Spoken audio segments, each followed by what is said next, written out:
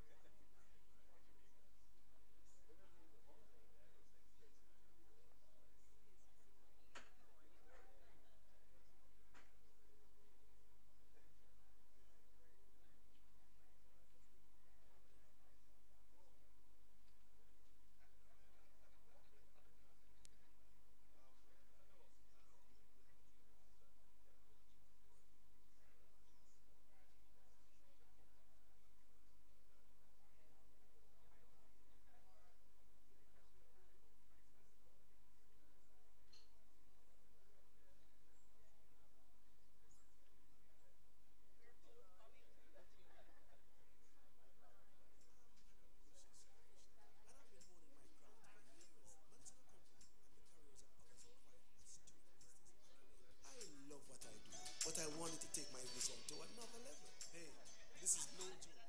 Comedy is serious business.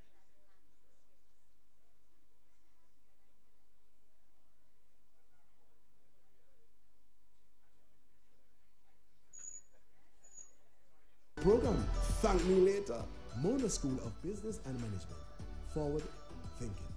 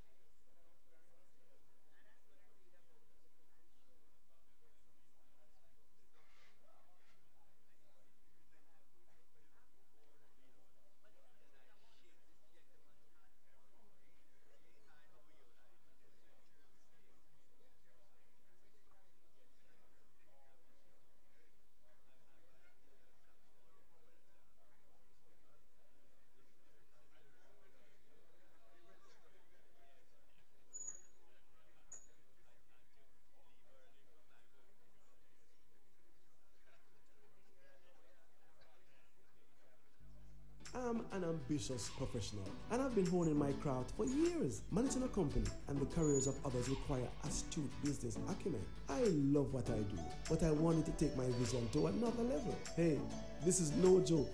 Comedy is serious business. And enrolling to my MBA at Mona School of Business and Management was my smartest business decision. Now I am ready to call the shots. Apply online and enroll in their internationally accredited MBA program. Thank me later. Mona School of Business and Management. Forward thinking. What do these people know that you don't know? They understand how listing on the Jamaica Stock Exchange can improve the profitability of their company. They know the potential for increasing the company's capital, the governance requirements, the tax responsibilities, the ownership implications, and the procedures for listing. They have the knowledge to make an informed decision on whether or not to go public. Knowledge is power. If you don't know, you can't act. Begin a conversation with the Jamaica Stock Exchange to gain the information you need to make a decision. I'm Stafford Burrows, CEO of Dolphin Cove Limited, and we're listed on the junior market of the Jamaica Stock Exchange. Call today to begin your conversation. Call 876-967-3271. The Jamaica Stock Exchange. Transformations through conversations, making your life after business and work possible. We live in a digital environment where information is easily accessed and opportunities are limitless. An age to think big, to innovate and lead. But beware, the digital space has its challenges. Manage your digital self carefully because the consequences are real. At least 10 incoming freshmen had their recent acceptance withdrawn after posting extremely offensive images and statements on a private Facebook group. Stop and think before you broadcast and post messages. Before downloading third-party apps. Because your digital footprint follows you wherever you go. The Broadcasting Commission, your partner for a new day.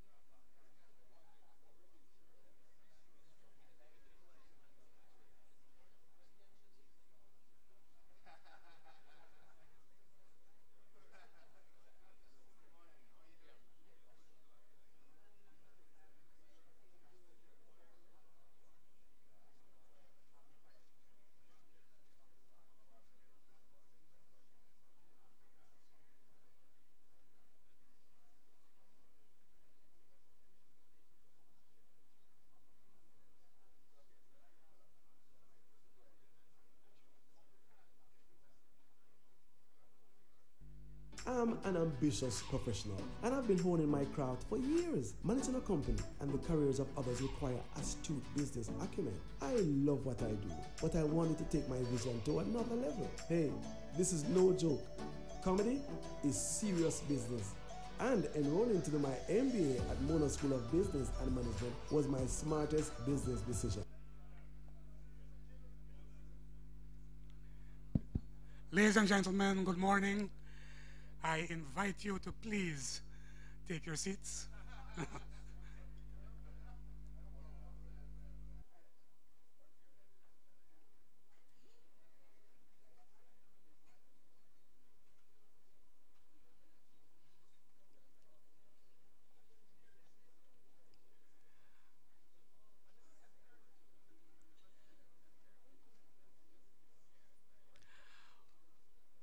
Okay, ladies and gentlemen, good morning. I'm William Lawrence, convener of MSBM RoundTable 2018, and I'm now calling our discussion to order. Please, I invite you to sit back, relax, as I extend this warm welcome for this year's roundtable under the theme, Strategic Digital Leadership. This is a breakfast forum, so at this point, let me invite Dr. Lawrence Nicholson, Senior Lecturer at Mona School, to offer a word of prayer. Dr. Nicholson.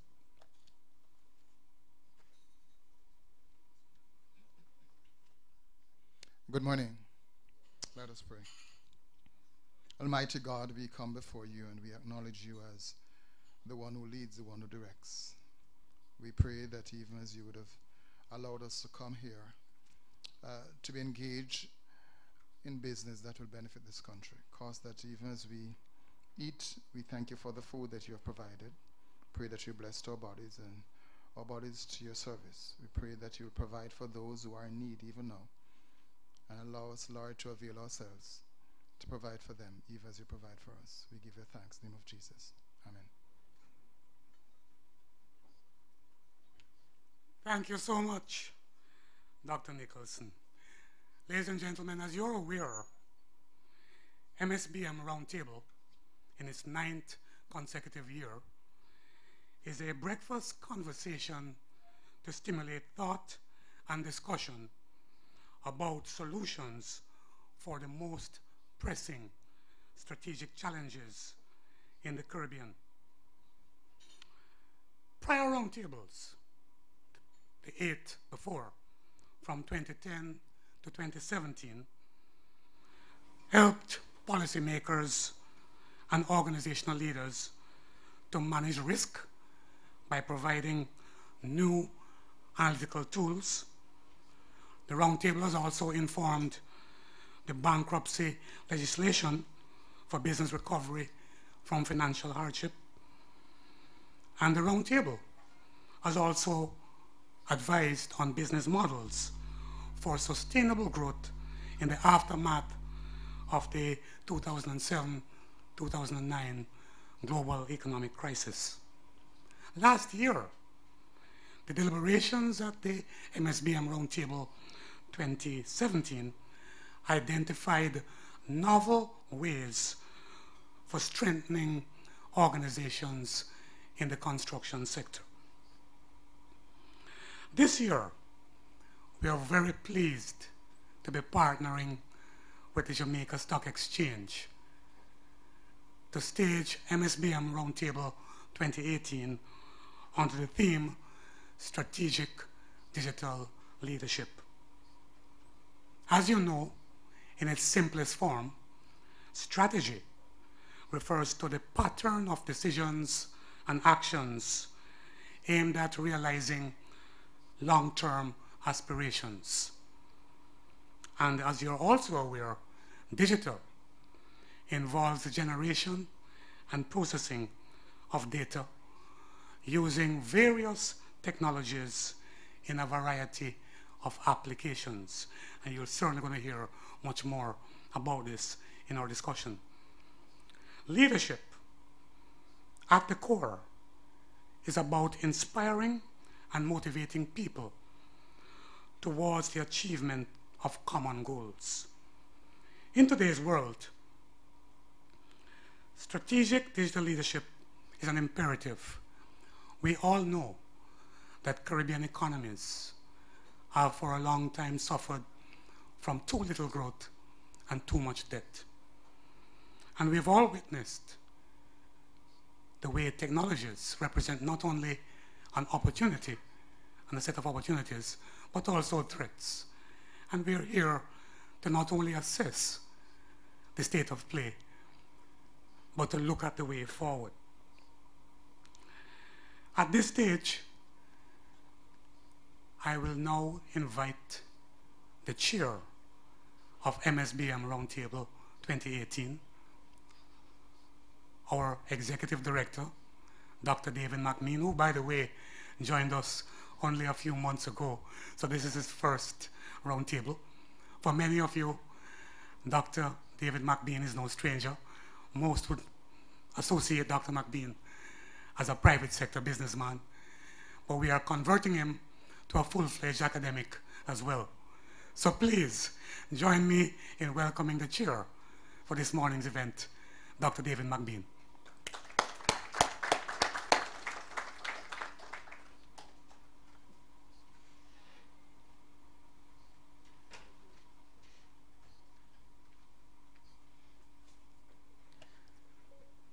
Good morning, all. Let me start by apologizing for Professor the Honorable Archibald MacDonald, principal of the campus, who unfortunately could not make it this morning. So for those of you who are wondering, I'm not being converted into a professor yet. We have a really august gathering here today. I'd like to recognize Professor the Honorable Sir Kenneth Hall, former Governor General and also former principal of the Mona campus. Welcome, sir. Members of the Diplomatic Corps. I believe we have His Excellency Jeffrey Fitzgerald here, along with our own representatives. Recognize Ambassador Ralph Thomas. Of course, this is his domain, Professor Sir Hilary Beckles, who must be very happy now, given what's happening with West Indies cricket. Welcome, sir, Vice Chancellor. Professor Ian Boxill, I'm not sure whether to say Dean or Deputy, but a very phenomenal, the Dean, welcome, sir. And to all our guests, Mrs. Marlene Street Forest from the Jamaica Stock Exchange, I recognize the Honorable Lascelles Chin, and to all our other distinguished members and guests, welcome to the round table. Today, the key feature will be presenting on a research paper on strategic digital leadership in Jamaica, business attitudes and imperatives. And it's very important that we, at both the university, the academy, and more specifically the Mona School of Business and Management, continue to push applied research to the problems of Jamaica and the wider Caribbean. We are about taking global knowledge, adding to it with our own local research, and presenting regional solutions appropriate for the business community. We are the arm of the university that does and should be most closely aligned with the needs of the business community. Applied research does not necessarily mean that what I research today you can use tomorrow. And I give you a great example. How many people have smartphones? Everybody. Now, a key component that makes a smartphone practical is something called Gorilla Glass. It was invented at Corning over 50 years ago, but they didn't know what to do with it. So it sat there until a solution was found for it. There are other things which the minute they're found or discovered or invented go into production, and I can think about integrated circuits which have to follow this quick model of innovation and application. And the point I'm making is that we have to do research for today, tomorrow, and for future generations. Most of the technologies we're using today were invented 20, 30 years ago. And most of the technologies and techniques and discussions about processes would have made their way from the academy, thesis and research, through to practical application. And we follow this model to develop our business in the Caribbean. And we remain at both the cutting edge, the leading edge, sometimes the bleeding edge, and also looking out to the future.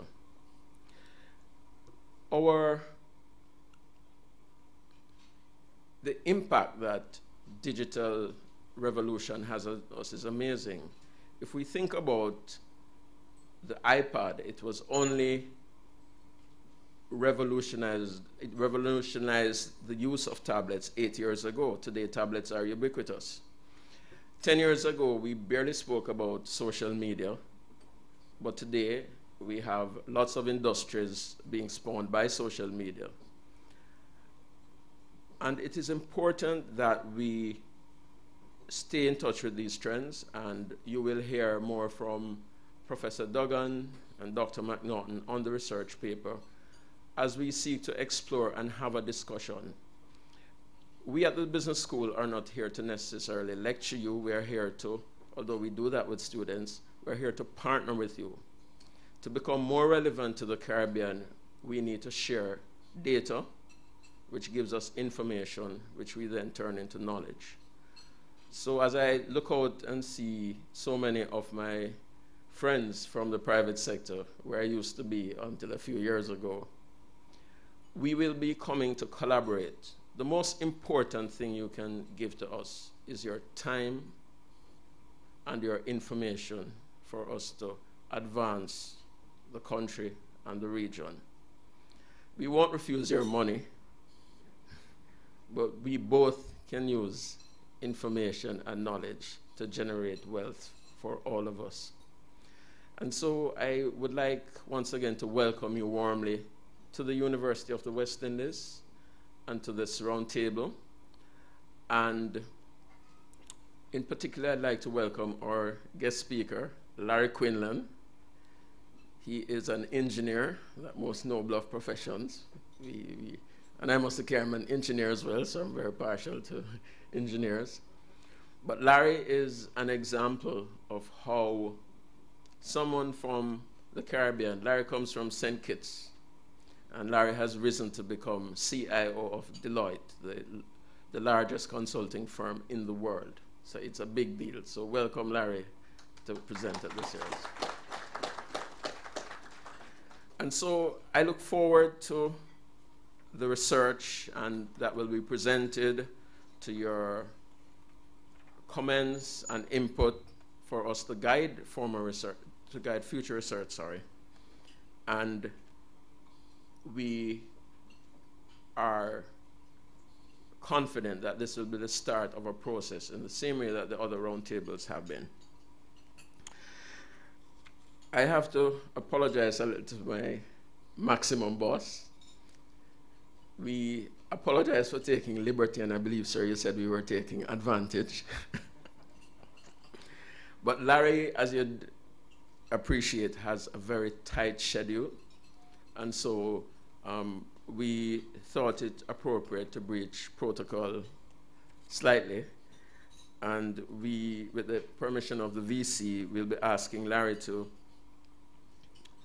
present to us so that we can get the full benefit of his time and presence in the interactions. So just briefly tell you what Larry is responsible for. As I already said, he's CIO at Deloitte. He has responsibility for all facets of technology, including strategy, applications, infrastructure, support, and execution. He spends significant time working with major clients discussing technology strategy, trends, and leadership. Additionally, he serves as Dean of the Next Generation CIO Academy, Deloitte's CIO Leadership Development Program for client executives. He has been with Deloitte since 1988 and has served in a variety of leadership roles, including National Managing Principal for Process Excellence, leading the enterprise-wide effort to increase margins and effectiveness using the Lean Six Sigma methodology. Ladies and gentlemen, please welcome Larry Quinlan.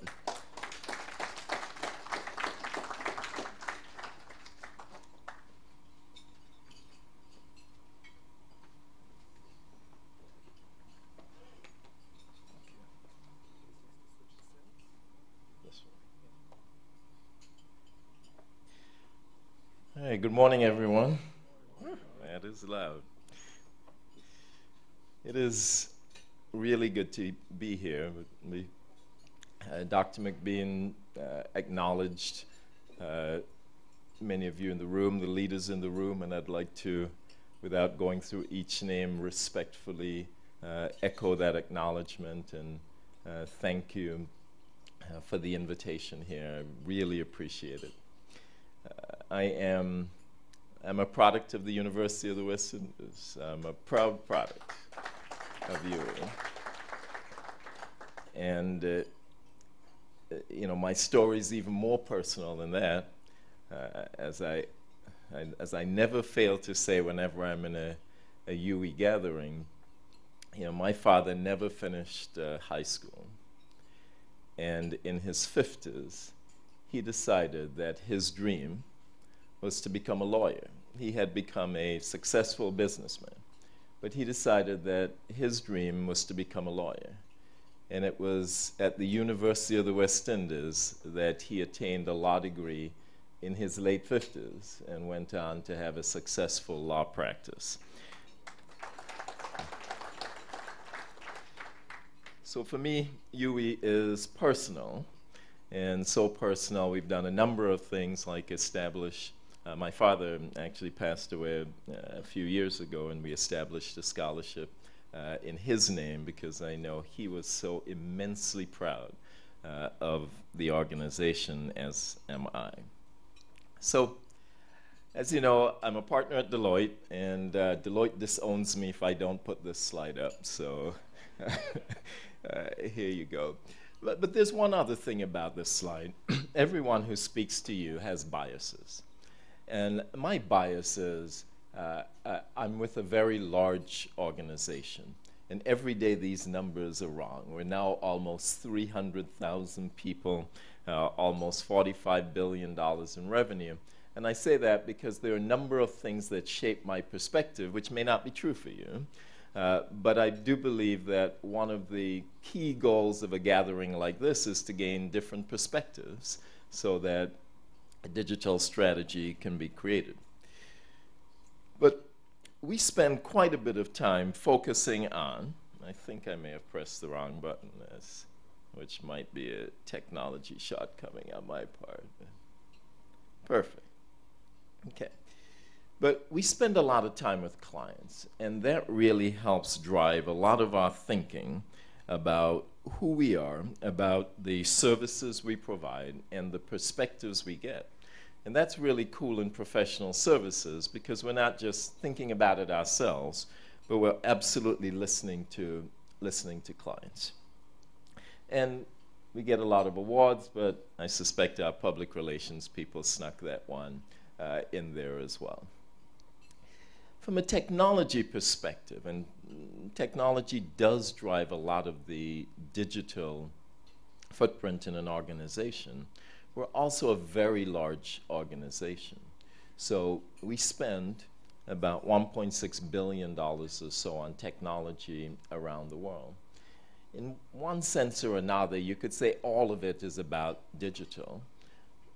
But in other sense, I really want to talk today about some of the changes we're seeing in the world in how we approach digital. So I would say that although we spend $1.6 billion and have thousands of people driving technology, we're also thinking very differently about what being digital actually means, as opposed to simply saying that all of the money we spend on technology is in pursuit of a digital strategy. At a literal sense, sure, everything you do in IT is about digital, but it is more than that, and we will talk about that. Okay, I think we can. So we are seeing a shift in how we think about digital, and recognizing that digital actually requires serious leadership in the organization. And one of the key leaders of digital in the organization, but not the only leader, one of the key leaders is the Chief Information Officer. Admittedly, I am a Chief Information Officer, so I'm hopelessly biased, and there are other people who would anoint other leaders. But as we study organizations, we see that the Chief Information Officer role is changing dramatically. And in prior years, the Chief Information Officer was simply the person who kept the technology trains running on time. Let's make sure that laptops are provisioned. Let's make sure that networks work. Let's make sure that video conferencing is up. That continues to be an important element of the role.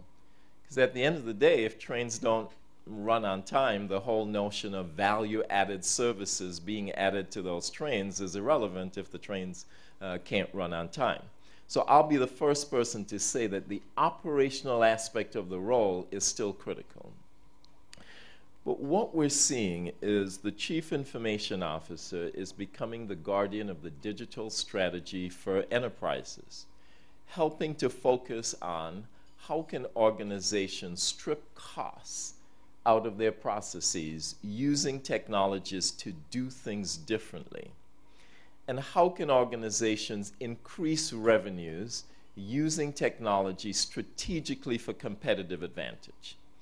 Now, this has to be the role of the CEO as well, and the entire executive committee overseen by a board of directors, but the Chief Information Officer, the CIO, emerges as a key leader in helping to determine that digital strategy and drive that digital strategy. And we're seeing some very significant shifts occurring throughout the world in that role. One, the number of technologies being applied to a digital strategy is simply bewildering. In the old days, it was very simple. You bought from a large organization, and they took care of all of your needs. I'm sure, if you were in technology several years ago, you would have heard the phrase, nobody ever got fired for buying from IBM, right? It was something that you heard. In today's world, it is far more complex, with a host of established vendors, along with a series of partners that no one's ever heard of. People who peddle only one product, but it's an important product in the scheme of digitization. And that proliferation of disruptive technologies requires senior leadership to think through where investment's going to be made. Because one of the inescapable truths of technology and digital today is that there is an opportunity to truly waste money, chasing shiny toys that may or may not pan out. Because whereas there could be several sure things in business, there are not a lot of sure things in technology. And there are a lot of risks that one has to take, which won't pan out. Therefore, very thoughtful evaluation of those risks is required so that we don't waste millions of dollars in the pursuit of it. And the expectations of those stakeholders are really increasing. Again, if you go back 10, 20 years, no one knew anything about technology in an organization. All you had to do was say you knew something about technology, and you were a deity in that organization. Now everybody knows technology, and for those people who don't know technology, they think they know technology, which is even worse. All right, so the expectations of those stakeholders have changed very significantly. And the leaders then of a digital strategy, in many cases the CIO, but not always, are responsible for driving a number of innovations and being successful in a wider space. So adopting disruptive technologies, for example, and that again comes with a significant amount of risk. Disruptive technologies like moving from on-premises into the cloud, or the adoption of machine learning or artificial intelligence. But there's the whole notion of figuring out how do you structure an organization to deliver an effective digital strategy. Where is it housed? Who runs it? What's the operating model? Who's allowed to do what? In some organizations, you pick up a credit card and you find people just buying things in the cloud, or every department using a purchase order to buy software.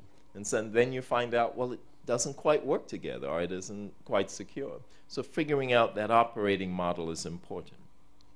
And I talked about operational excellence, but at the end of the day, it's all about value creation. Our boards, our executive committees, we look for value creation. How are our investments in digital, how are our investments in technology actually driving the creation of value for the organization, for its partners, for its shareholders? That is an important element of what we do. So I mentioned we're in professional services, so we have tens of thousands of clients around the world, and we get to talk to them. And that is one of the coolest parts of my job, actually getting out of the office. I don't actually sit in an office.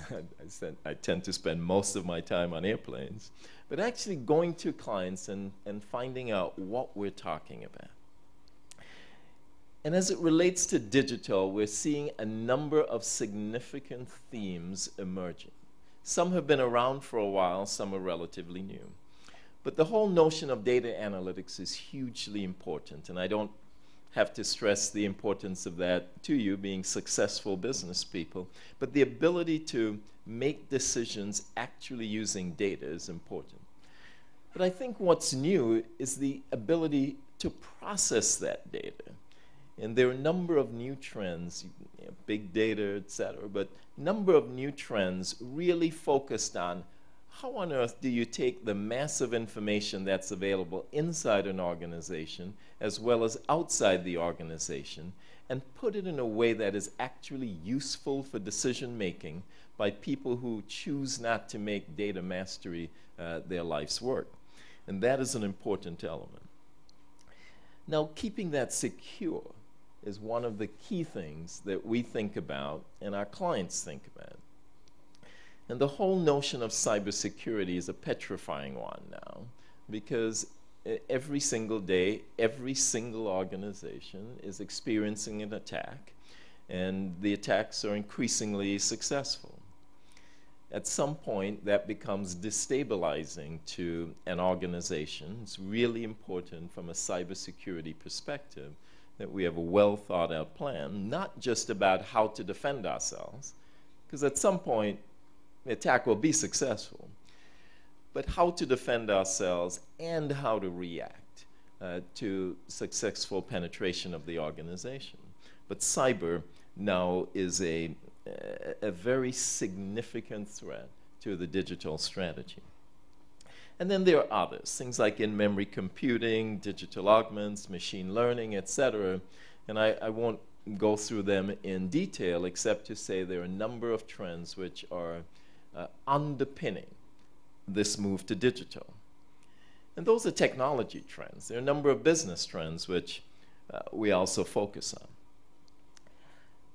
But ultimately, what our clients seem to want more than anything is not just investing in digital, it's not just a digital strategy, but we're seeing advanced clients actually wanting to transition to something called being digital, which is a little different from just investing in digital or having a digital strategy.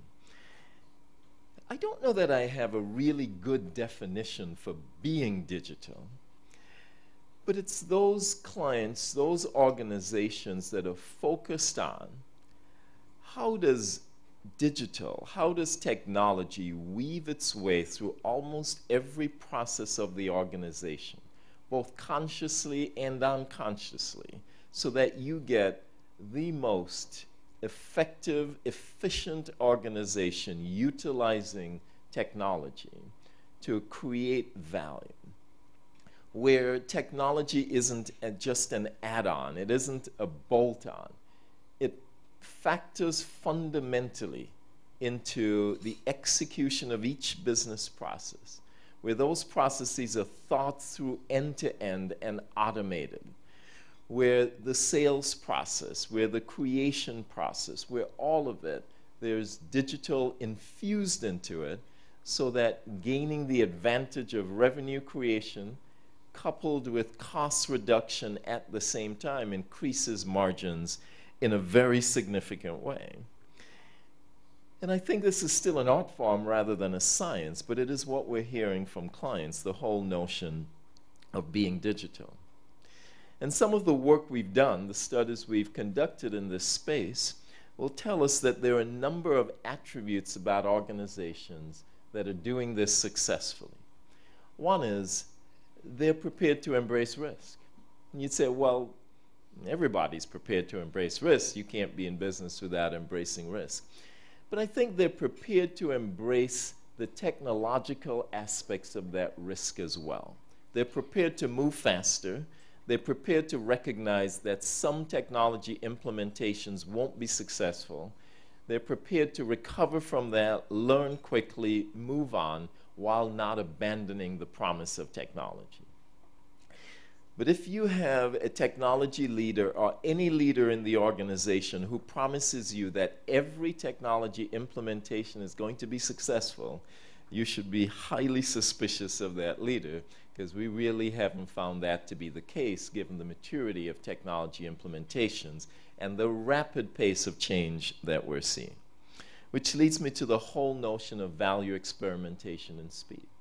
With these kinds of technologies, it's important to pilot, to test, to move quickly and determine whether it's going to work or not. Some of these investments just will not pan out.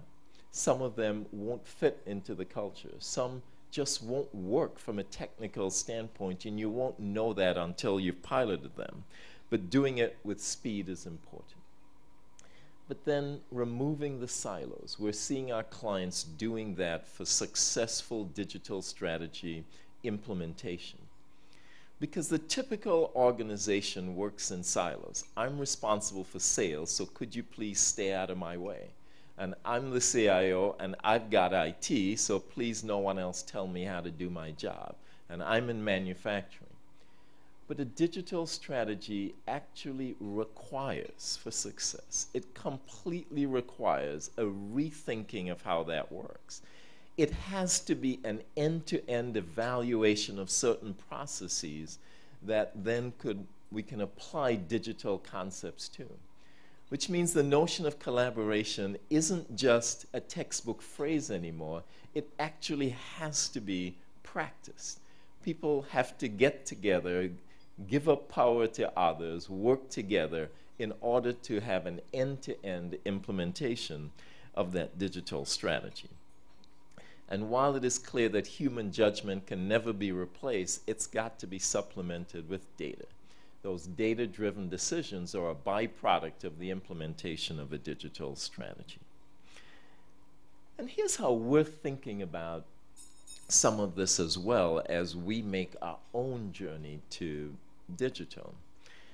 And I assure you that trying to do digital in an organization that exists in over 100 countries with the US on one end and Mongolia on the other is a relatively non-trivial challenge, but we're at it. So we think about data and platforms, and we think about infrastructure and security, and we also think a lot about ecosystems, which is important. Because what we've determined is we can't do it ourselves, and that we need an ecosystem of partners around us that will help us make that journey. I talked about single product vendors who really are helping us achieve competitive advantage, in addition to the large alliances that we have. But in addition to that, we're dealing with the issue of risk calibration. We're a very conservative organization. In some cases, we have to change that to take advantage of some of the technologies that we see. We're open now to alternative business models. The way we've made money always isn't necessarily the way we're going to make money in the future, and supplementing it with those alternative business models. But we're also seeing what we call embedded intelligent workflows. And embedded intelligent workflows is also one of the key hallmarks of a true digital strategy, where while the notion of automating certain processes or automating certain tasks, using robotics, for example, is important, we have to go beyond that and think about intelligent workflows, using artificial intelligence to allow workflows to actually learn, to be able to successfully add value. And what do I mean by that? Well, there are lots of processes where if you provide enough data, the process, the automation of the process just gets better and better. You know, for us, for example, we have 300,000 people around the world submitting expenses. How do you analyze those?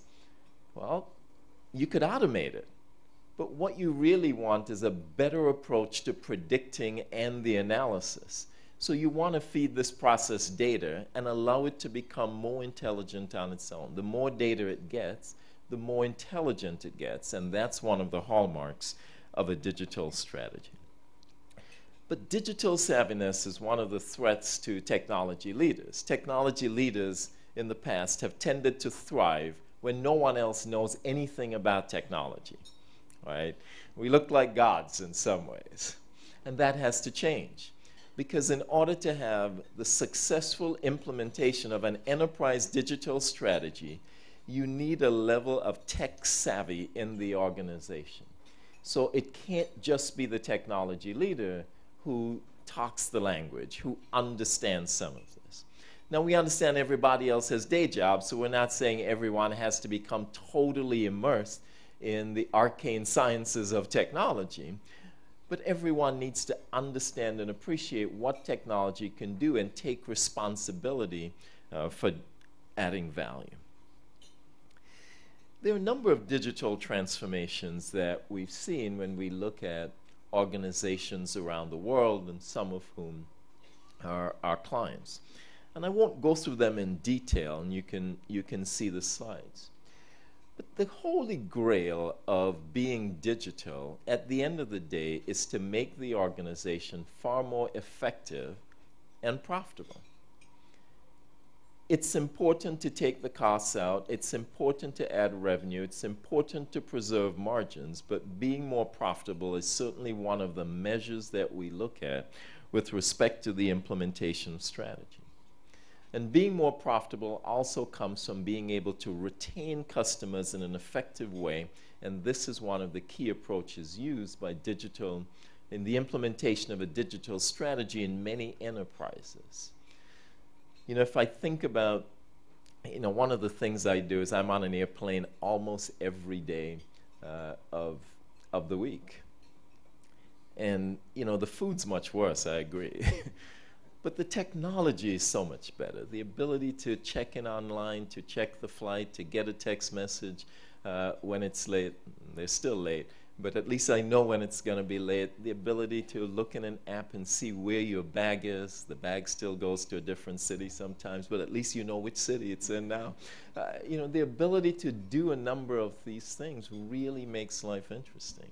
I still recall when I would go to an airport and I would face a line that's 45 minutes long, and with the implementation of technology, I'm speeding through lines in 4 or 5 minutes now.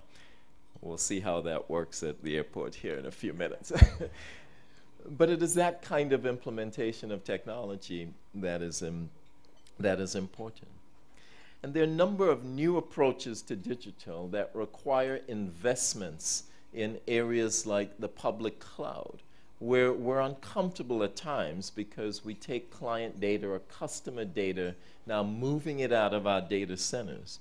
But this is another example where using that kind of technology underpinning digital really adds value and saves cost. There are a number of things we're doing internally, and again, I won't go through it in detail, but just to say you know, one of the things that we looked at is real estate. You know, we operate in hundreds of buildings around the world, and we spend hundreds of millions of dollars on real estate. And the challenging thing for us is every time we go into an office, we can't find anybody in the office. It's empty, but we're paying for it. Now, our business model is different. We try to get people out of the office at client sites, and that's how we serve clients. So using technology to actually sense how many people are in the building, using technology to predict how many people will be in the building, and providing just enough space needed has saved us tens of millions of dollars. And that was the implementation of using several departments to implement a digital strategy for one of our business processes. There's also a technology we're calling RPA, Robotics Process Automation. I would encourage us to take a look at that. In some ways, this is an easy way to begin because it actually automates routine tasks. And you will find in your enterprises a number of tasks that nobody wants to do, and they take a long time. And nobody wants to do them because they're repetitive. Every day they sit down and they do the same thing. And we've actually gotten to the point in digital now where for a small investment, you can automate those tasks effectively, and it is a good start to embarking on a digital strategy. And there are a number of items here which, again, given the time, I won't spend time going through. And in government, we spend a lot of time working with governments around the world, both state, local, provincial governments, thinking about the whole notion of e-government. And I would say that digital strategy in government, I believe, is just as important as digital in the private sector. The ability to serve citizens effectively digitally wherever they are, to reduce the lines in the various government offices that exist around the world, to allow the delivery of services at a lower cost with a higher quality, with greater satisfaction, I believe is something that governments really strive to achieve. Hobbled, of course, by investments in legacy applications that are very difficult to change and pretty complicated. But we continue to believe that digital transformation in government is very, very significant.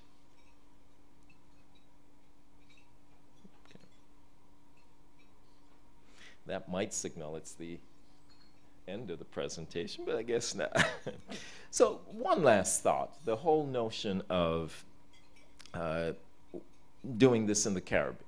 I started off by saying that I recognize my bias. I work for an organization that is $45 billion in revenue, and perhaps not every organization is at that scale. But at the same time, digitization on a regional scale, I believe, is absolutely important. It does require, in my view, a partnership between academia, government, and the private sector to make that happen. There's so much that happens in an academic setting with research into digital that can then bleed over into private sector and government. But there's so much vibrancy in the private sector that can then come back to academia and government. There's the relaxing of certain regulations that allow the implementation of this kind of digital strategy.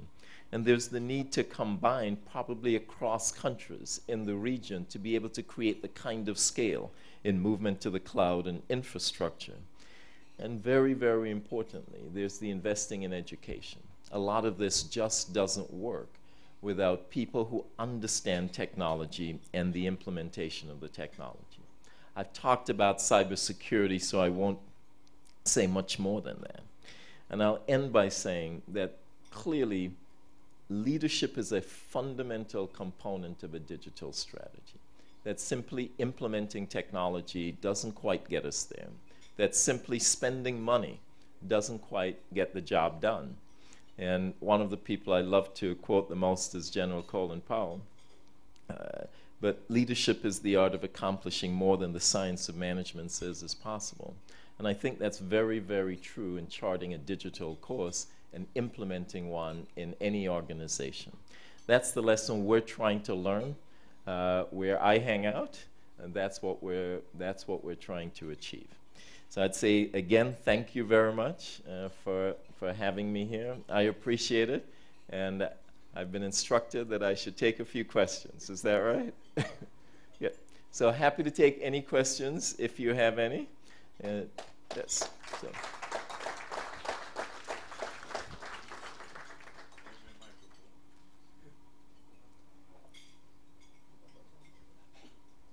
There's one question here.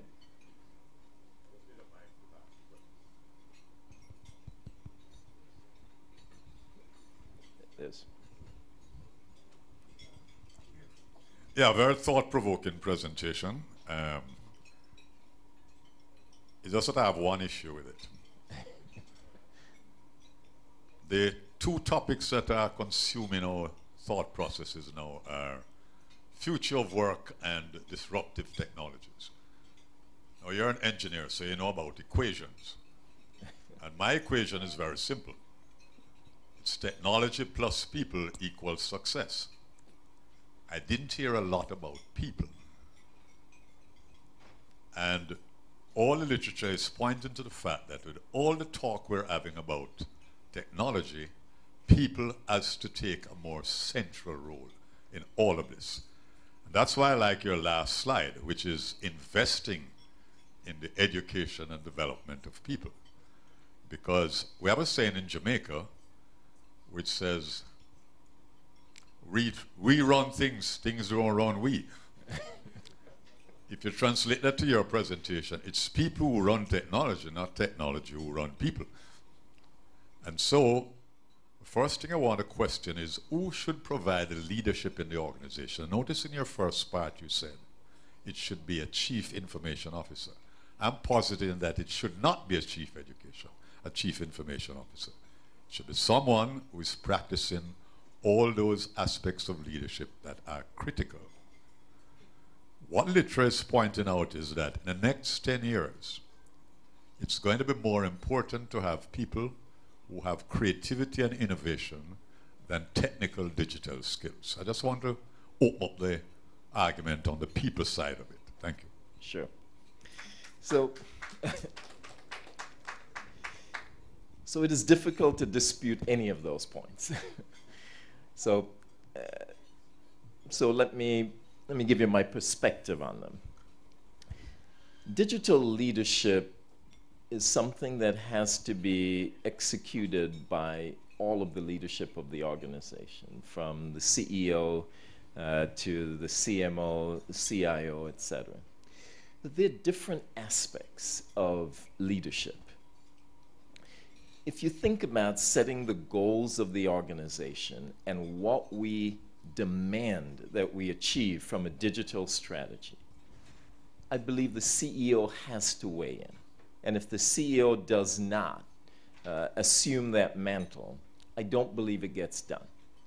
If you think about applying digital to increasing revenue per person, I think the leader of sales, your marketing organization leader, has to focus on this.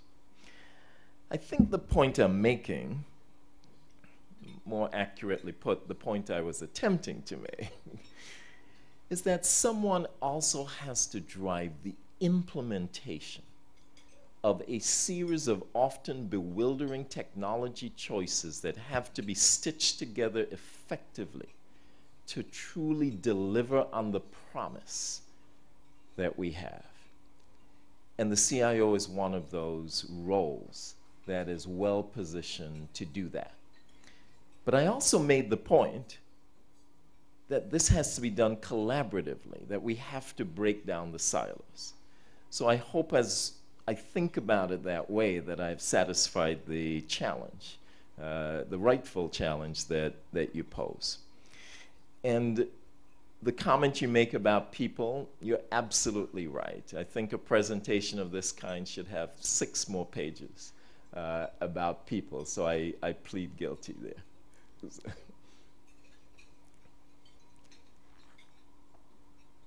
Other questions? Yes. Hi, hello. Excellent presentation. I just wanted to make a point that I think we need to also focus on getting technology to the average Jamaican student. What I have found is that in hiring, a lot of people don't really have the skills in technology coming out of high school that I think they should. So I think as business leaders and as a large corporation like Deloitte, we should really start focusing on trying to get the average Jamaican student much better educated in technology. I just wanted to see your thoughts on that. Absolutely critical. One of the things I do in my role, actually work with a number of schools trying to infuse more technology into the curriculum. We have a number of programs where we brought in interns into the organization in different parts of the world, putting them through technology paces. We've allied ourselves with a number of organizations. I sit on the board of a nonprofit called Empower, and its goal is to actually infuse technology skills into young people. I believe it's critical. I believe it's critical to start early, to create an appreciation for technology. For some people, it will be a deeper analysis of technology, moving into technology careers. But I think of my own situation. I have two daughters. They're older now. They've graduated college, and very, very technology savvy. Neither has chosen to actually follow in my footsteps and go into technology, but very technology savvy. And I think we have to create that level of tech savvy in schools. And for those who are more interested, I think we have to be able to create a kind of technology path for them that allows them to become deeply involved in technology careers where they're interested. But completely agree that that is an important aspect of successful digitization. One last question. Okay. The ethical aspect of technology. And why I say that is that if there's not emphasis on the ethical aspect, then it's where you're going to have problems with cybercrime. Jamaica, a lot of scamming and worldwide hacking.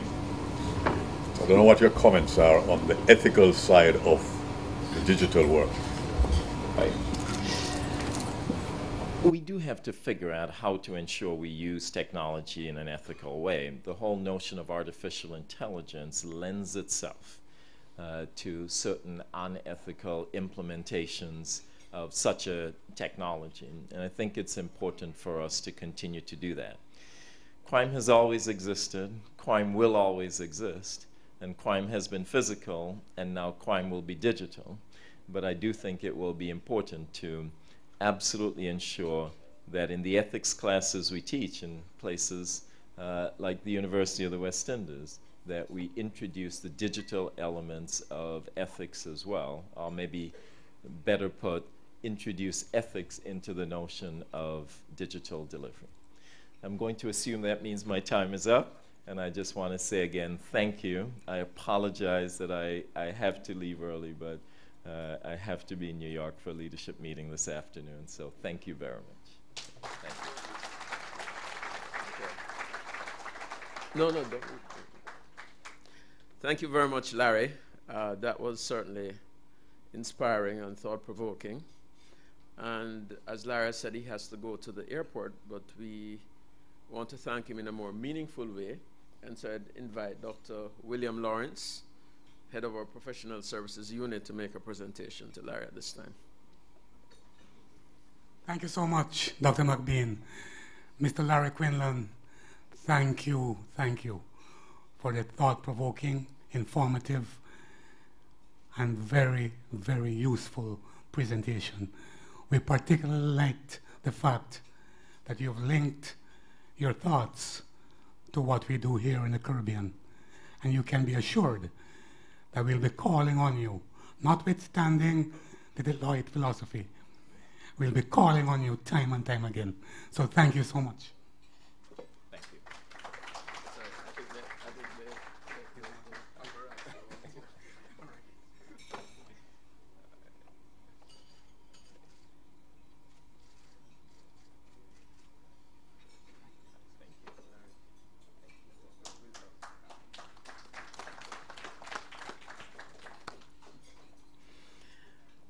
So I think we'll all agree that that has been a wonderful start to the round table.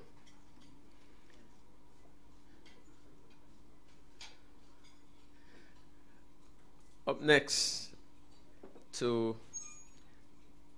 give us his remarks is our erudite leader. So I won't give you a long conversation, except to say that Sir Hilary MacDonald Beckles, Knight of St. Andrew, head of the University of the West Indies, Vice Chancellor, cricket enthusiast, researcher, historian, lover, and global champion of reparations,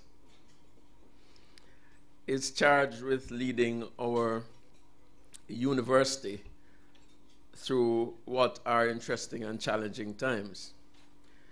And I'm sure he would have been given much food for thought in terms of how to employ digital strategic leadership within the academy.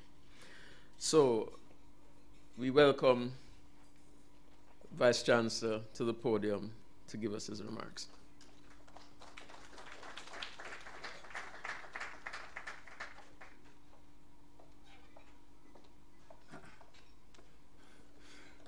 Many thanks, David. Good morning, everyone. Sakin and Excellencies, distinguished leaders and friends in the private sector, very good morning, everyone. Yes, I was complaining earlier that to make a man come out of his bed at 5 o'clock to speak for 5 minutes is unreasonable. But I reflected upon the fact that since the passing of Fidel Castro, there is a vacancy in the Department of 5-hour lectures.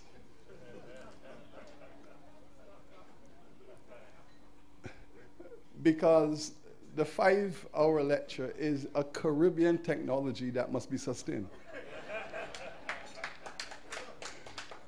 But not this morning.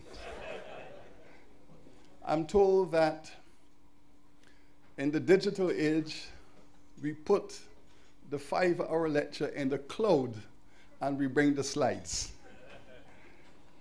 But you'll be happy to know that this university is on its way aggressively. I am the first digital vice chancellor of UWI. For the first time in the history of UWI, the vice chancellor can see the entire university. First time. When I came on board 3 years ago, I said, listen, I cannot see the data relevant to our 4 campuses. How can I plan for the future of an institution if I cannot see the data of the institution? My predecessor or predecessors were required to send to Cave Hill for their data, to send across the street to Mona for the Mona information, to send to St. Augustine, and it may or may not come. And invariably, it took days, if not weeks. We are now in a position, I'm now in a position to sit at my desk and see the entire institution. Everything, the financials, the student numbers, the trends, the patterns, I am now able to see the entire enterprise. And this is a unique moment in our history. Thanks, as you have heard, to our CIO and to our Pro Vice Chancellor, Denzel Williams, for strategic planning. But we set those standards. You cannot lead without having access to digital data, to big information. So we are on our way. And it is critical that all of this is done because, as you've heard, the objective is to drive down costs, expand access at lower costs, drive down costs, and enhance revenue. And this is precisely what we are doing because this is our 70th year of UWI, and we are now in the process of thinking through what UE will look like in 20 years' time. And we are actively planning for the centenary of UWI. And I can tell you, it is going to be a fundamentally different enterprise. And we are laying the foundation for that. So we are an enterprise at the moment in transition. But one of the first things we had to do was to ask the fundamental question: is the UWI one university or 4 universities? And we have said our strategic perspective is that it is one UWI, and therefore it must function and behave as one enterprise. The digital revolution is enabling us to do precisely that. So all of our back office processes, all of that information, all of those strategies are now being implemented. The one UWI vision is a vision of the digital age. But why are we here as a university? We are here to serve. And we are here to serve the Caribbean. We're not here to serve ourselves. We are here to serve the Caribbean. And therefore, what should service look like in the next 20 years? And here's the first thing. Economic transformation of this region. The UWI has to be seen to have its sleeves rolled up, pushing these economies out of the ditches. All of our economies are struggling. We need to be seen with our sleeves rolled up, working with the creators of wealth, working with all of you, the private sector, generating value, pushing our economies where we would wish them to be. And how do we do that? Well, if you look at all of those countries that have achieved substantial economic growth in the last 30 years, each and every one has done that on the basis of a strategic alliance between the entrepreneurial class, the producers of wealth, and academia. That is the foundation on which all of those modern economies are built. In other words, in the Caribbean context, this is the age of UWI. This is a moment in time that is made for us. This is the time where UWI has to make its biggest, boldest, grandest move, which is to go into intimate relationships with the producers of wealth in this region. Now, many critical colleagues have said, well, there are some other things that you should do and should be doing. And I have said, okay, if the first 50 years of UWI were spent on projects such as nation building, promoting democracy, promoting social justice, building Caribbean civilization, building the integration movement of this region, if these have been some of the big issues that UWI has been pushing, from culture to identity to democracy to justice, all of these issues, all of these philosophical discourses, we were pushing these to bring Caribbean people together for the future. Now, where are we today? If the big issue now is restructuring, rebuilding our economies, and critically imagining the post-IMF economy, because as we all know, the IMF comes into our space to assist in stabilization. Assist with stabilization, settle in some of your fiscal issues. But it is and has never been and will never be a growth strategy. We need to find our growth strategies. We need to find the new industries. We need to find which industries will be competitive globally. These are things that we have to do. And therefore, imagining the post-IMF economy is critical at this moment for all of us. Even though some of us are still with programs, are imagining programs, that's not relevant. What is relevant is that coming out of that experience, we need to be clear on what the economy is going to look like, where the competitive sectors are going to be, where the growth is going to come from. We need to be able to see all of that and plan for it. And this is the age of UWI. This is where we can now come alive as a university.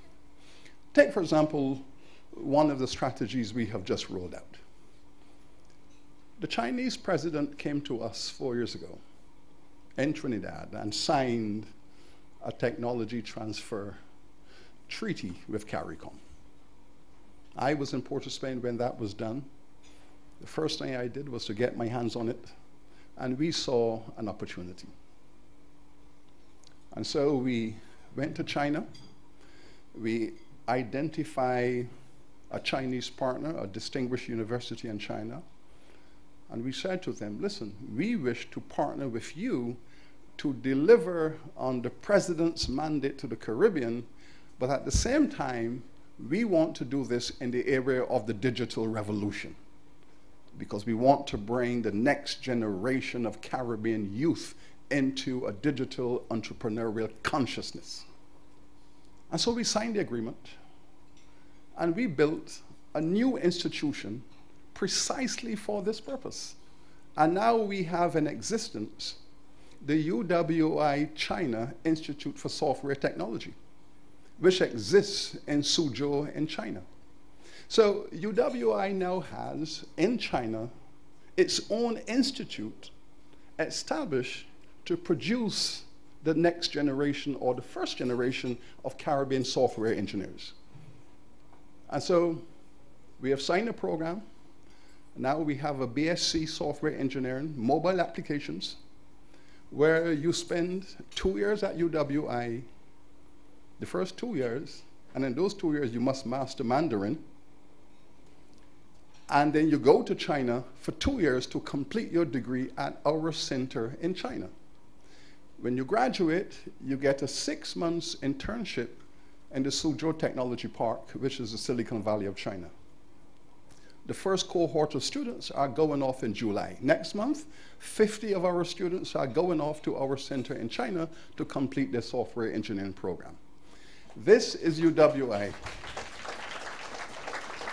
This is UWI preparing the youth for the digital revolution.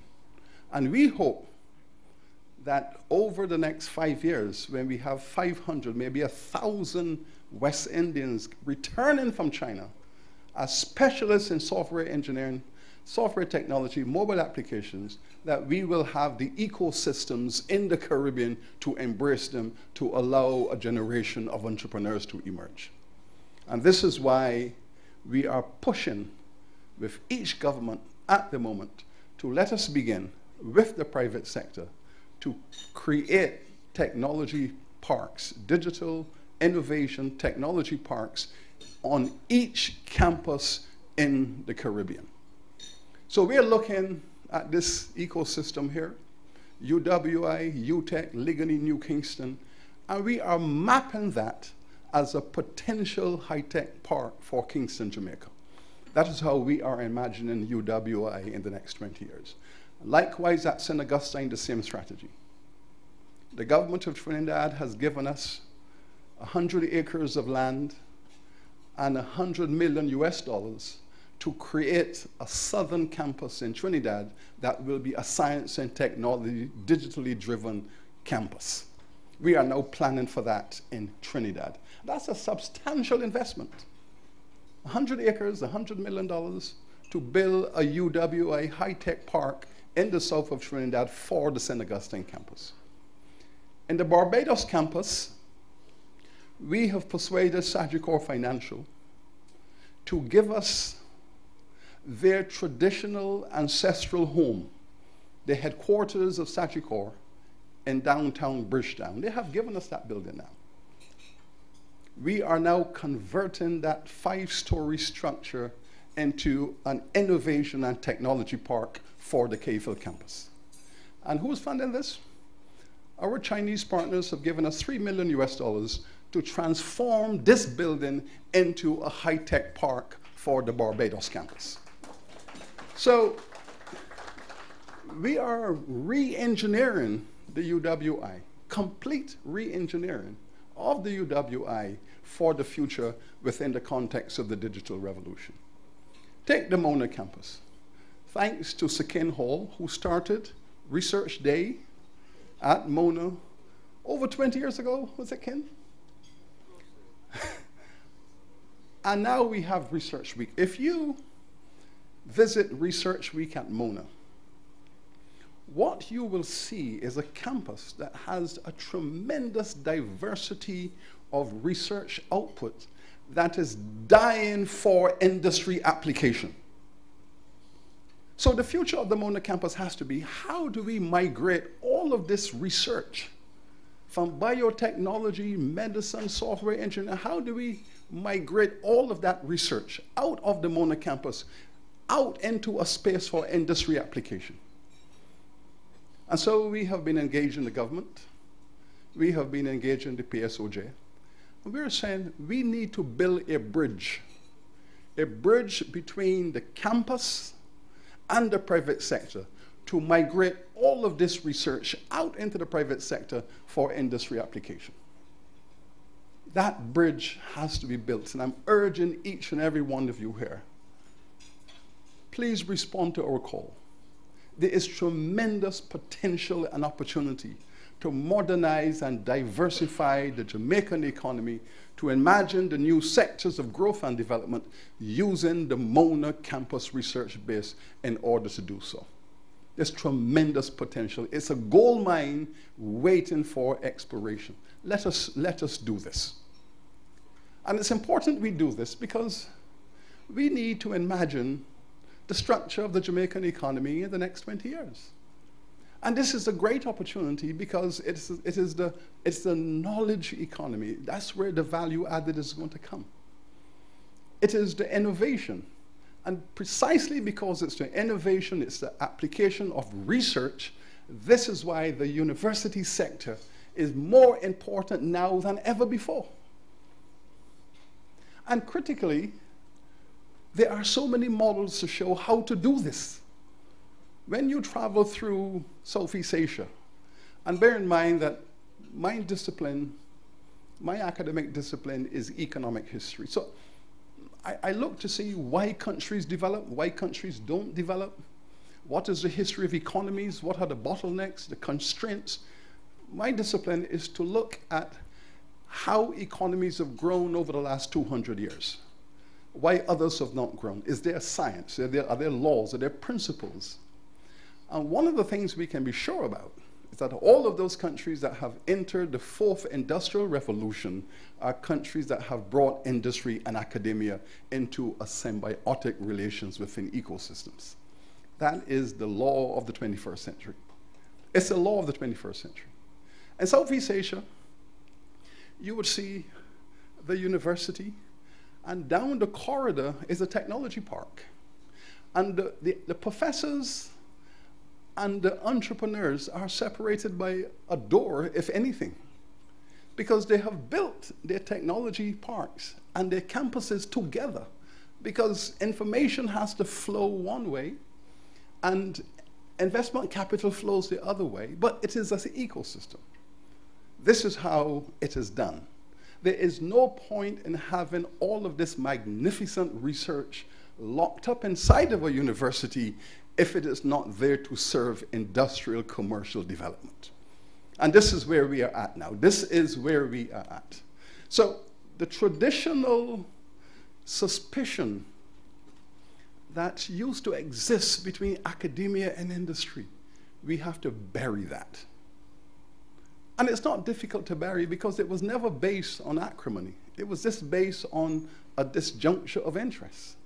When the university was promoting social justice as an important objective for a post-colonial society, the private sector was saying, no, we don't have time for that. Let's deal with economic growth. And the university was trying to balance its commitment to social transformation and upliftment with its commitment to growth and development. And sometimes there was a misalignment. But now, this is the age of perfect alignment. And this is where we're at, the digital revolution, the role of the university, and where we are at. So finally, we have big data projects.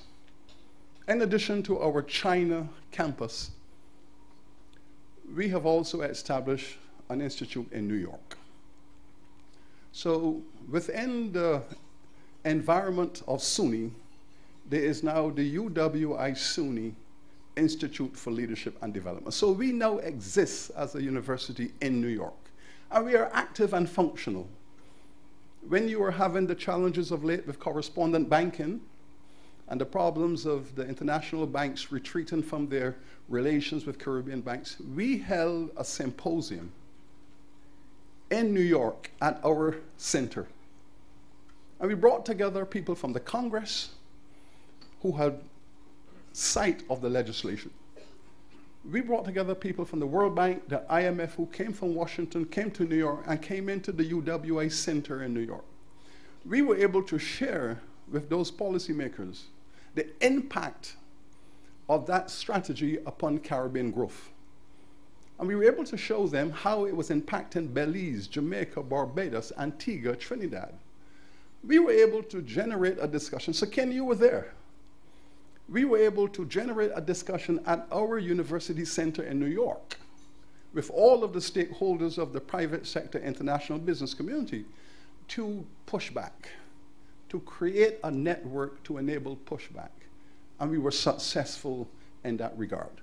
And so we are building these UWI centers in all the strategic places in the world because our vision is that in the next 5 years, UWI is going to exist on every continent of this earth, except Antarctica. But if my colleagues wish to go there, fine. We have opened up our center in Nigeria because Kingston, this is where the application comes. All of us in Jamaica know that Kingston is the culture center of the Caribbean. We all know that because Kingston has the music, the art, the theater, the dance, the film, all of the components of organized performing culture, Kingston is the capital. But it is now waiting for digital transformation to go global. So it is tremendous potential in cultural industries now to be digitized to go global. And where is the source of all of this culture? Africa. So now we have built the University of Lagos UWI Institute for African and Diaspora Culture, which exists now at the University of Lagos. So we can build that bridge between Kingston and Lagos to bring energy into Kingston as the culture capital of the Caribbean. And there's tremendous industrial potential to convert all of this achievement in Kingston into a new sector for the Jamaican economy. And your university has now built a bridge for you in Nigeria on which you can travel. And the first group of students are going to be enrolling in a master's degree, a joint master's degree in African culture between Mona campus and the University of Lagos. And they will have to move from campus to campus. So basically what we're doing is taking all of the things that we need, taking advantage of the global information, going digital and making UWI a truly global institution, and driving much of this. PVC Bernal, who we have brought upon here to work with us, to help us to push this so that UWI goes truly global, or Pro-Vice Chancellor for Global Studies. So finally, the digital age. Yen, behave yourself. The digital age, we can now move big data around because of it. Our students in China can access classrooms in the Caribbean because we can now move big data around. Our students in UWI can have access to SUNY because we can move big data around, taking full advantage of the digital age. So yes, your university has a digital strategy. Your university is digitally aware, and we are re-engineering all of this to make your university a truly digital institution going into the 21st century, more relevant, sexier in many ways, and more exciting, because we believe that this is the time for UWI to rise and shine. This is our moment, and we are going to grasp it. So the lecture I'm giving you now can go on the cloud, but I believe in being amphibious. So while the content of my presentation will go on the cloud, I still like to have it written down on a piece of paper. So thank you very much, and I wish everyone here a very productive and informative roundtable. Thank my colleagues at the Mona School of Business and Management. Thank you for the generosity of allowing me to speak to colleagues. Thank you very much.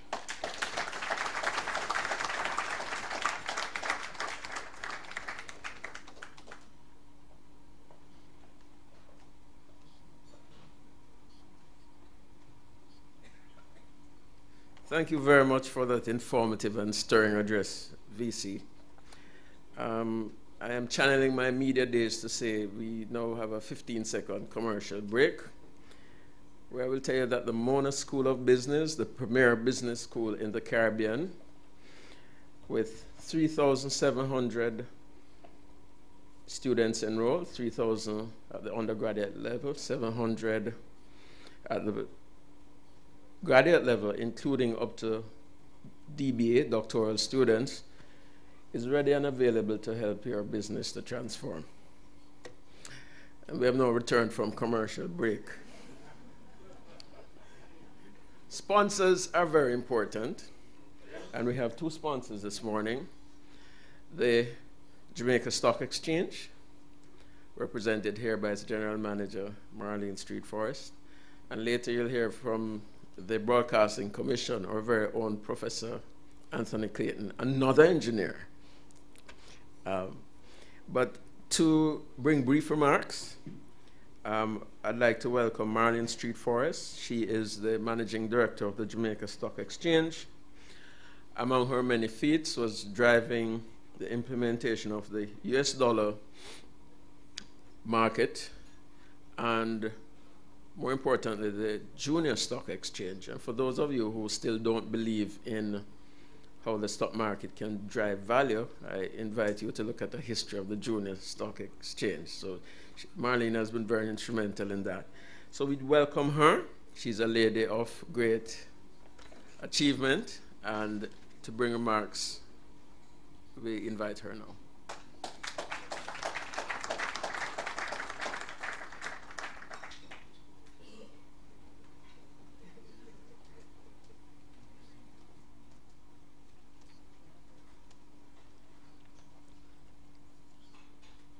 Good morning, everyone.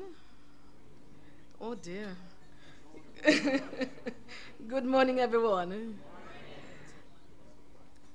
I'm pleased to be here this morning to bring some brief remarks.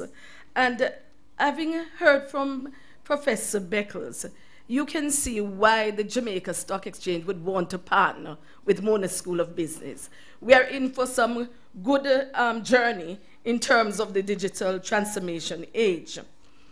I wish to, on behalf of the Stock Exchange, to thank the Mona School of Business for its invitation to collaborate with you in staging this event under the theme Strategic Digital Leadership to Transform Business Models for Sustainable Value Creation. And I must single out Dr. Lawrence.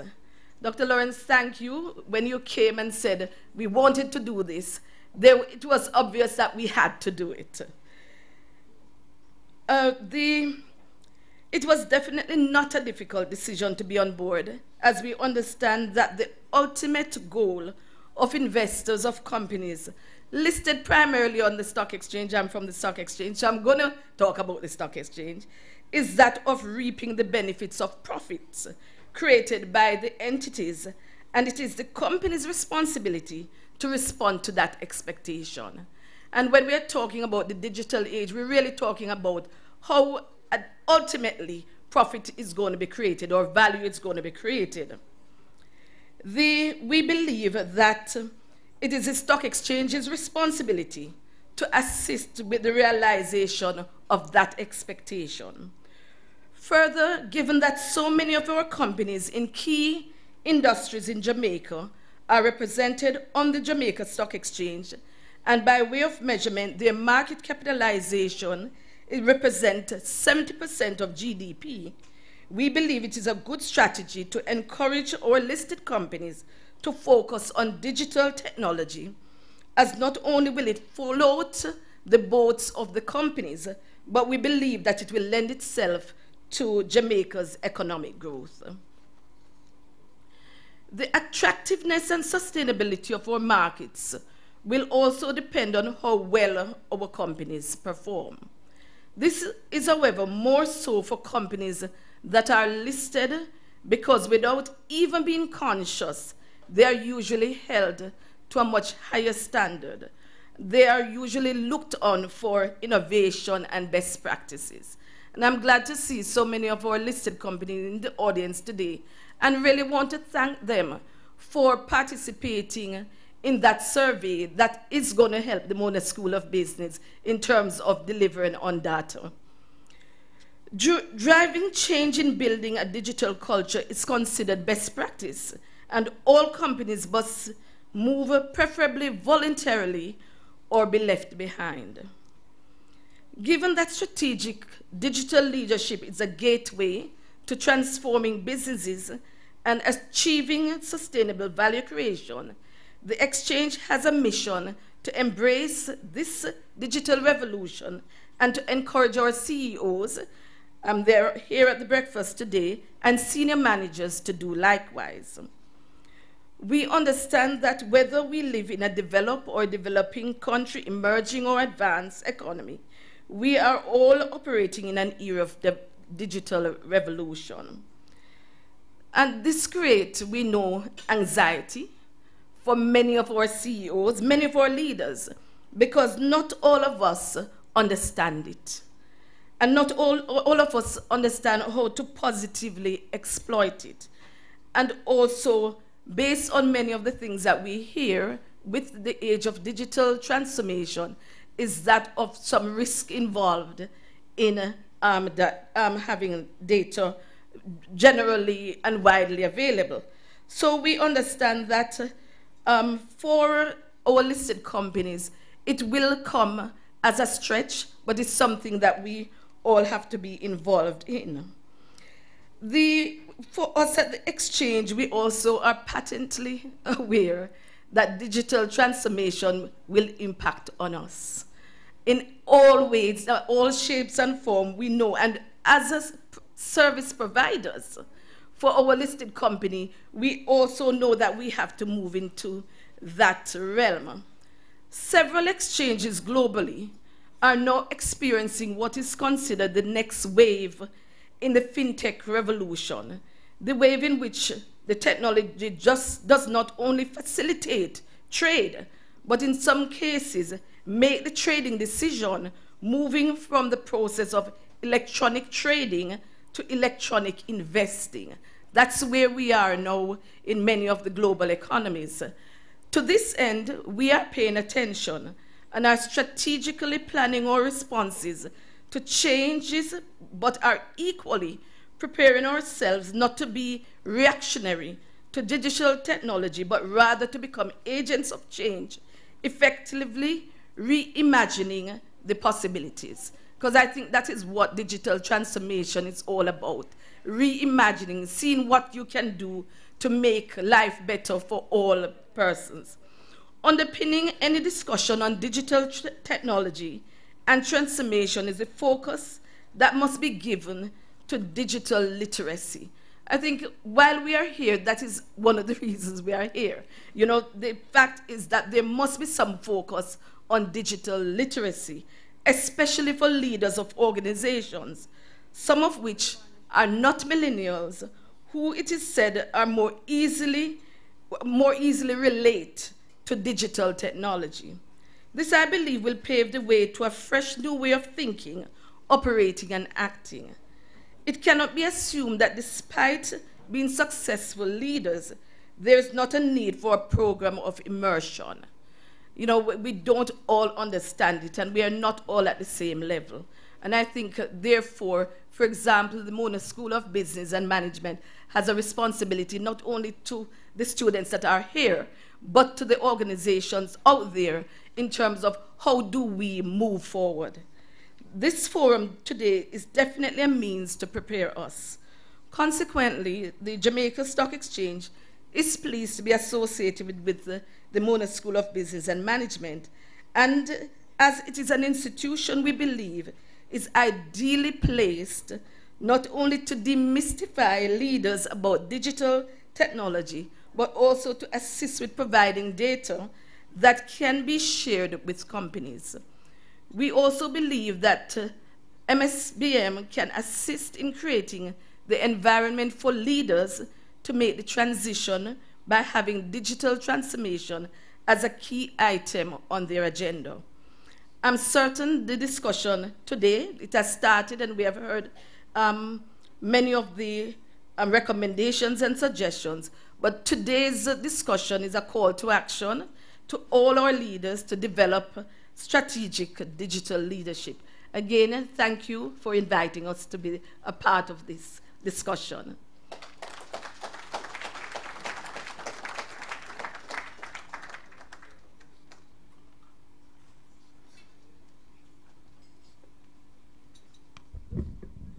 Thank you very much, Marlene, my boss in another life, since I sit on the board of a listed company.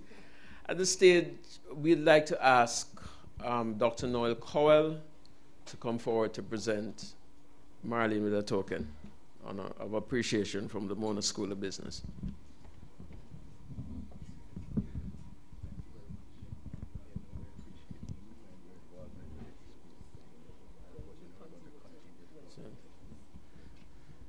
And most amazingly, I have not seen one paparazzi.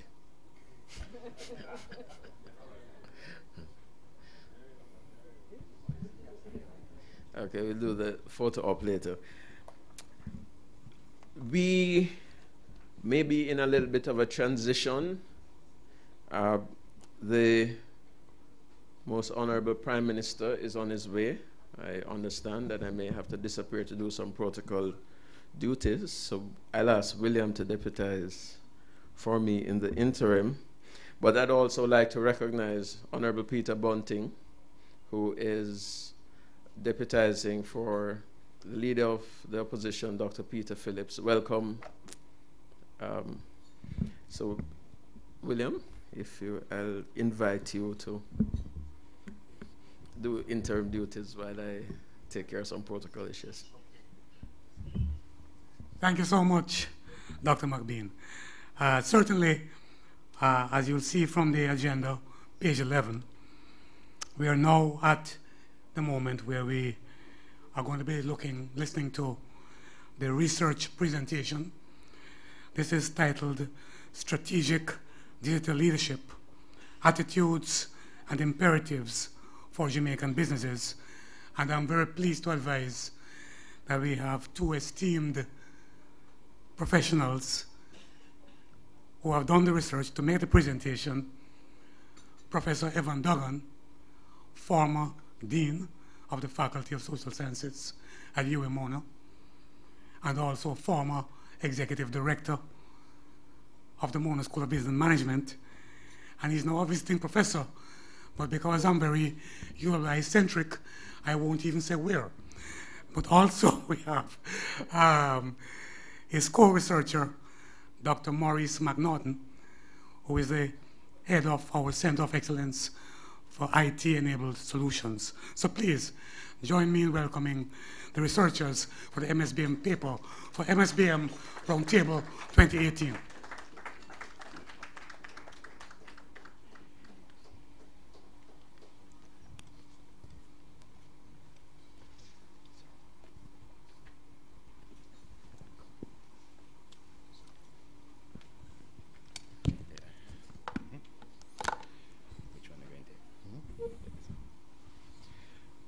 Thank you very much, Dr. Lawrence. Good morning, ladies and gentlemen. The chairman has stepped up, but I would ask him to allow me to observe all prior protocol and really just say a very good morning to this distinguished audience. So it is a distinct pleasure. It is a distinct pleasure. It's a privilege to be part of MSBM RoundTable 2018, a privilege to be part of this August gathering. And it's a distinct pleasure to be co-presenting and having co-research with my colleague and friend, Professor Evan Duggan, as we contemplate the issue of strategic digital leadership. And I absolutely cannot think of a more eminent person to address such an issue. And the question that we'll try to address in this conversation, because we're trying to do something different here. We're trying to make this is a historical perspective. a conversation, and hope that you will participate with us in this conversation. But certainly no one more eminently qualified to address the issue of strategic leadership of ICT. Bonnie and I have, in our respective industry and academic careers, grappled with this issue for the better part of a few decades, I'll confess. And certainly in the last decade or so have engaged with and collaborated with various organizations to examine strategic ICT leadership through the lens of ICT governance. And so what we hope to do in this next 25 minutes or so is offer some perspective, both in terms of what the literature says, what academia says about this, to offer some perspective in terms of what thought leaders, and you heard Larry Quinlan from Deloitte, who's a thought leader in this space, also McKinsey and Gartner. And let me pause for a second. This protocol would dictate that we do so as the Most Honorable Prime Minister joins us.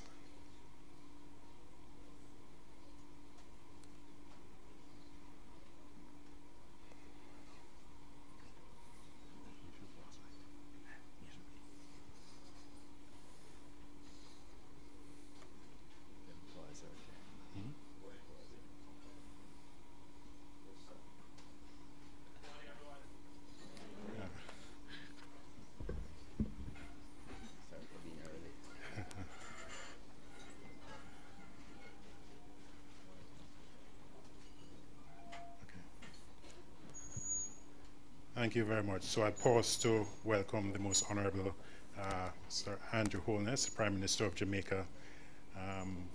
And so we continue. Welcome, Sir Prime Minister.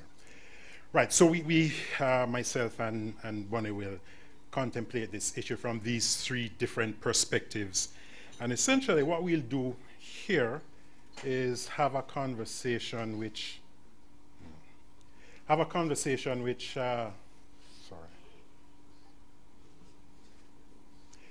looks at strategic ICT leadership in terms of how it has evolved, and really pose the question, why is digital different?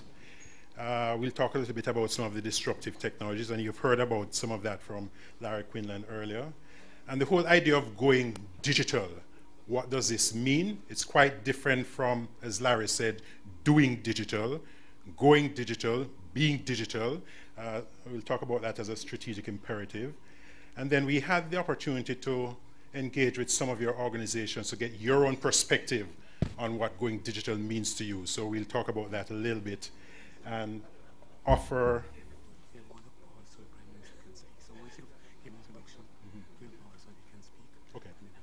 Okay.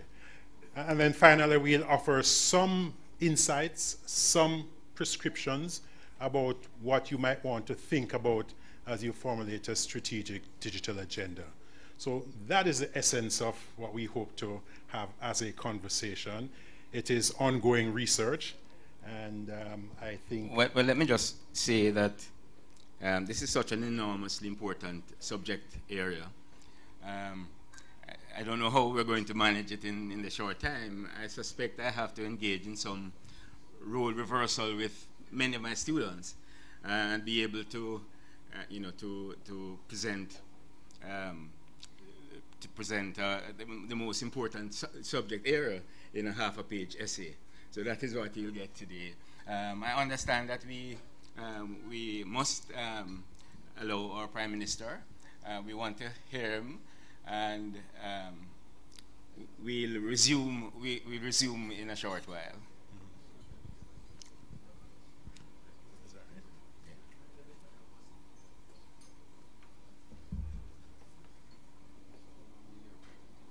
It's about 25 minutes.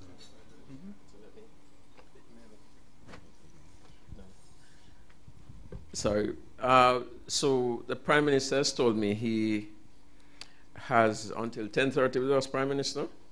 And since this presentation will take about 20-25 minutes, and I think will be very beneficial to... and I will grow wings tomorrow. But yes, okay, so what we will do is continue with it, since we thought we had less time with PM, so I think it will be useful, gentlemen. So apologies for the slight confusion. Thank you. Okay, thank you very much. Thank you for the graciousness, Sir Prime Minister. So, Bonnie, strategic ICT leadership. This is not a new conversation. In fact, we've had it for a while. So take us through that. Okay. Well, let's, if you move the slide forward. We heard from our CIO this morning as he spoke about his experience with moving this whole notion forward of strategic information systems. This is our agenda. We have a slide that probably won't come up. Oh, you've seen it. This particular slide came from the era in which the CIO, in a sense, was king of strategy in most business organizations. As a matter of fact, in those days, CIO meant career is over. And then as organizations began to engage in more strategic arrangements, that was at the center of the focus of their activities, the CIO's role became slightly different. And I don't want to repeat that, because that was very, very adequately done by our presenter this morning. But certainly, as we moved along, and as digitization became more strategic to organizations, the CEO role as a leader of that effort became very, very important. Now, several CEOs shirked the responsibility while recognizing that they had to at least give some kind of focus. So these are the different types of CEOs that existed as the transition took place. So the first one is the hypocrite, who says in public that the importance of IT, but negates this belief through personal action. His actions didn't usually match up his words. And then the waverer, who reluctantly accepts, because he had to accept the strategic importance of IT, but really didn't get involved. And then the atheist, convinced IT is of little value, but again, forced to publicly espouse its goodness. He publicly espoused that atheism. And then the zealot, convinced IT is strategically important, and believes he is an IT expert, and those types did more harm than many of the others. And the agnostic concedes IT is strategically important, but he had to be convinced and convinced over and over again. And then the monarch accepts IT as strategically important and appoints his CIO and then steps out of the way. The believer is the one that we have proposed as the leader of digitization, who ought to be the leader of digitization. He's a believer, and it enables strategic advantage. It demonstrates his belief through action. You know, this is an important, the CEO is an important notion in the whole question of, is an important person when the question is the strategic arrangement of information technology in organizations. And more CEOs must become and have become involved in the day-to-day promotion of that idea and in very, very favorable activities. And it is an issue that has become critical. Not that ICT has not been critical to organizations, but again, as you've heard previously, and you see it in the literature every day, there are a set of disruptive digital technologies that have changed the script, changed the narrative. And I mean, Bonnie will tell you that ICT is one of those disciplines that has evolved significantly in the space of a short, what, 30, 40 years perhaps? Perhaps, but one might say that the information technology has been around for about 8 decades. It's the newest kid on the block, but probably has been the most influential kid in assisting organizations in pursuing effective strategy. Well, we started really in 1935 when Dr. John Tanasoff and his doctoral student built the first computer, the first digital computer. And then later on, when Dr. John von Neumann wrote the paper of the stored concept, which provided the mechanism for information technology, for computers to process, digital zeros and ones, using the absence and presence of current, as the case may be. And then we learned to establish, we established a mechanism for doing stored programs written in a particular language, converted into machine language. And Dr. Grace Hopper was the person who brought us there in a very famous article, The Education of a Computer. And then later on, when Ted Hoff proposed the microprocessor, then we were up and going. Later on, the National Science Foundation and 4 institutions created an organization called NSF-Net.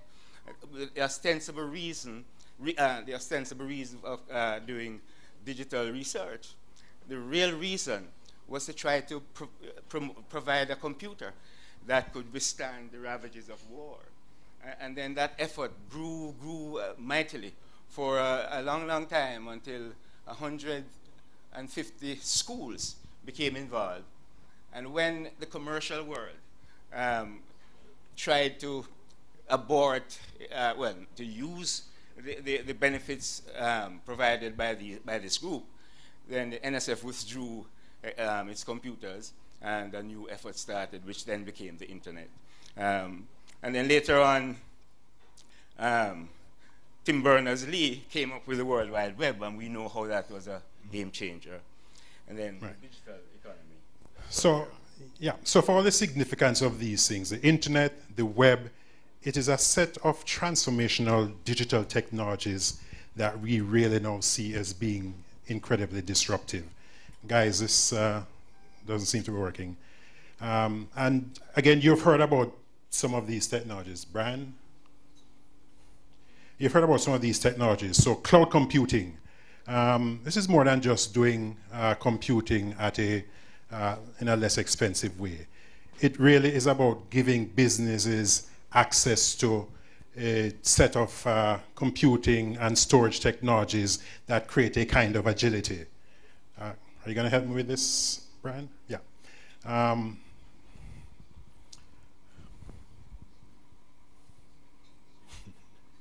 And of course, for all the advanced technologies, clickers and presentations always seem to have challenges, right? Anyway, there's cloud computing. There's the whole idea of big data and open data.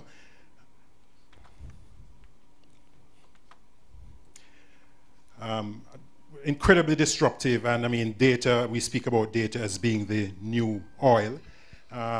And nowadays it's not just about creating data, but it is data that is exhaust from all of our social and business interactions. So social media, e-commerce, Internet of Things, that drives a kind of enhanced business intelligence.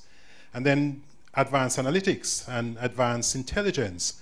So the idea that with the digitization and automation of knowledge work, all of a sudden these algorithms start to replace the knowledge worker.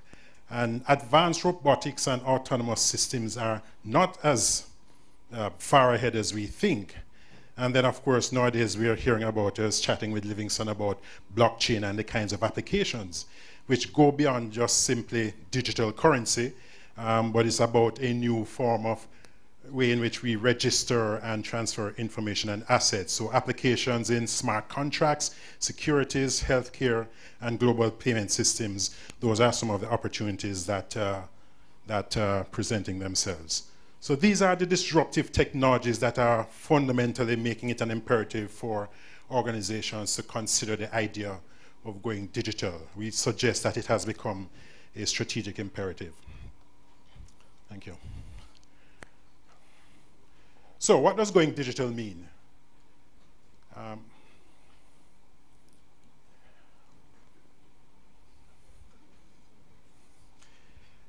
One of the things that Larry spoke about this morning is the distinction between doing digital and going digital. And we speak about digitization as a way of making certain organizational processes digital, such as the customer interaction. But digitalization is much more holistic. It is a process of moving to being a digital business and using digital technologies to evolve one's business models. And when it goes to the heart of all of these things, strategy. Certainly. So there's been a long discussion about IT strategy and its role and its place in general corporate strategy. There was a time when we thought about IT strategy as a follower of business strategy. So we developed our business strategy, then we developed IT strategy. Later on, as we became, we became troubled by information technology security arrangements, then a third set of strategy became available, information technology strategy. Nowadays, what we're talking about in terms of strategy that goes to the heart of digitization is that all those three arrangements must be coincidental. We have to do all those three together. There's no one, two, or three. As a matter of fact, there was a time when some organizations developed their IT strategy and then translated that into the kinds of things that business ought to do. But again, the notion is that these are coincidental activities. Right. So that digitalization then becomes not just the application of technologies, but looking at the organization, the structures, the talent that you have. And in fact, one of the things Larry spoke about this morning is having the kind of risk appetite and the willingness to test and learn and experiment. Those are all aspects of digitalization. And perhaps we could say about the culture as well, that the CEO must set the parameters in which the IT culture is going to thrive within that organization, because the culture is a make or break arrangement in terms of whether we can successfully implement our digital strategies, or perhaps more accurately, digitization. Absolutely. And so this is not about the technology, as disruptive as the technologies are. This is about the business and economic rationale of going digital. And there's one very interesting case that we've looked at, the case of Lego. I think everyone here knows Lego. I mean, as far as a brick and mortar company is concerned, it's a company that builds building blocks, right? And Lego went through a decade of digital transformation, which is a must-read case, I think, for any of your organizations that want to contemplate this. And these are two things that the Lego CEO said. One, this is not about a digital strategy. This is about executing strategy in a digital way, so that digital infuses everything that we do. The other interesting part of what he said is that you don't think your way into new ways of acting, you act your way into new ways of thinking, which means that there's an action orientation to the way one pursues digital. So again, very interesting case. It reminds me of a saying that, you know, I've personalized. It says, the venture must follow the vision. It is not enough for us to steer up the steps. We must step up the stairs. This is what the slide is all about. Absolutely. And we've already heard about the One UA vision and looking ahead to what a digital UA looks like 20 years down the road, and then taking those steps to get us there. So very important. So, I mean, those are just some perspectives from the literature, from what the experts in industry say. We also wanted to take the opportunity to hear what you and your colleagues have to say about digital. So again, we had the opportunity to do this very brief survey, and I'm just going to very quickly give you some insight into the responses. And again, these are your responses, right? These are your ideas and thoughts and perspectives on what digital means to you. So this is a survey that we adapted from a MIT Sloan Deloitte survey that was conducted globally. And what we'll present is based on a sample of 60 responses that we got from various business executives in multiple sectors as part of work we've been doing over the past year and a half. So the first thing here is that at the top line, if you can't see that, but the majority of the respondents are C-level executives. So these are the responses from you, actually. And Bonnie, the first slide says that most organizations see digital technologies as an opportunity. If you look at the two blocks on the bottom, and persons are more ambivalent about seeing it as a threat. It is both threat and opportunity, but for the moment, most persons are actually perceiving it as an opportunity and less so a threat. Well, I suspect is the correct thing to see. Okay. Here are a couple of other interesting things. In terms of whether your organizations have a clear and coherent digital strategy, I think roughly 50%, if you look at those numbers there, the orange and the blue at the bottom, roughly 60% of you say we don't have a clear digital strategy. I think only 20%, which is 1992, say that we have a clear and coherent digital strategy. So that's interesting because in the bottom, the majority of you, close to 80%, say that digital technologies will disrupt our industry. So you see it as something that will be disruptive, but Bonnie, that's interesting, right? That much fewer organizations have a clear idea as to how they're going to address this. Yes, it's a generalization to say it's disruptive. You have to be very specific to say how you're going to make it otherwise. Mm-hmm. Yep. The other thing that was interesting here is we asked this question on this survey. Imagine, and again this comes to visioning, imagine an ideal organization in your space that has undergone digital transformation, has adapted their business models, and is really taking advantage of digital technologies. And then on a scale of 1 to 10, assess where you would put your organization. So at the bottom, you see the answers there. We kind of scale 1 to 3 as sort of very early stage, 4 to 6 as developing, and 7 to 10 as maturing. And again, this is your own self-assessment of your organizations, which suggests a belief that we have work to do in terms of getting ready for digital. But there's some element of truth, because as you can notice, nobody is in the 9 to 10 range. Mm-hmm. And I would concur with that view if the subject is developing countries. Yes, yes. And so that's an honest view. And so the question then, what barriers, if any, are impeding your organization from taking advantage of digital trends? Almost categorically across the board, the one that comes out on top is too many competing alternatives. My organization is spread too thin. I don't have, at present, a focus, a single-minded, coherent focus on this digital agenda. And that's interesting, but also very true, we think, from the engagements that we've had. I think if you look at the next set of slides, there might be a useful conclusion from that. I think the next set of slides provides reasons why this may be so, or why executives are not spending as much time with the strategic arrangements of their organization, which is which is problematic, because essentially because of the nature of digitization as a means of an advancing or strategic positioning, as a method of competition. This is not about bragging rights or anything. It's about where am I going to be. Strategy. Strategy came from war, and war strategy is about how am I going to win the war. In business, it's the same connotation. Strategy is about how am I going to advance at the expense of my competitors in this industry. So if we don't have the time to focus on those strategic issues, then we are going to be in serious problems. Right. Just a couple more things, and we'll make the results of this survey generally available, but these are some key points we pulled from this.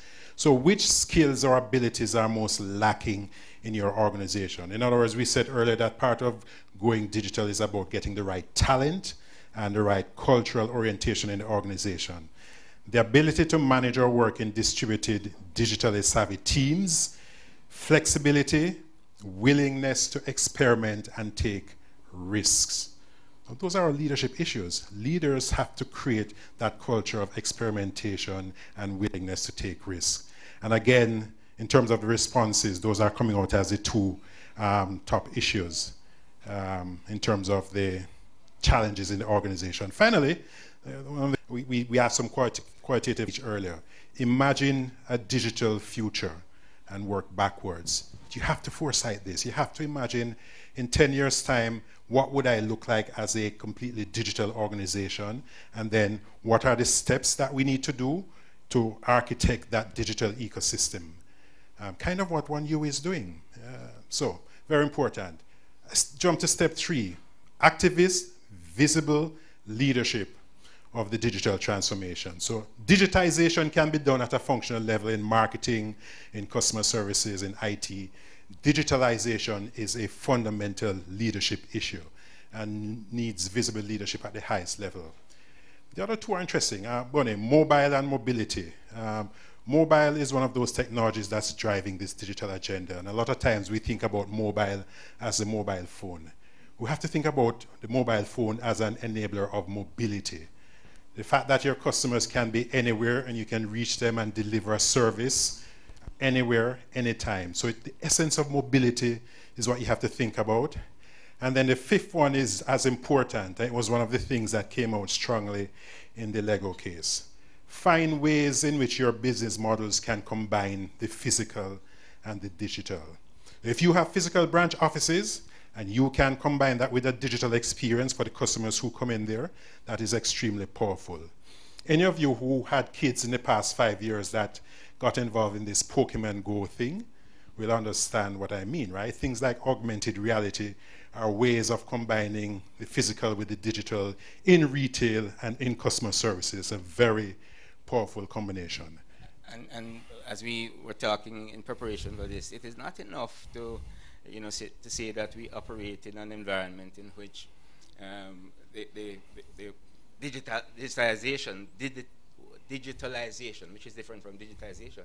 Digitization is simply the mechanism for converting numbers into zeros and ones so that they can be processed in a computer. Digitalization, as explained, is a very, very powerful and important strategic tool to help organizations to get to the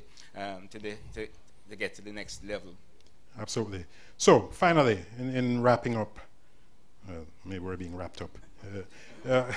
In wrapping up, these 4 technologies are fundamental. You have to look at them in an integrated way.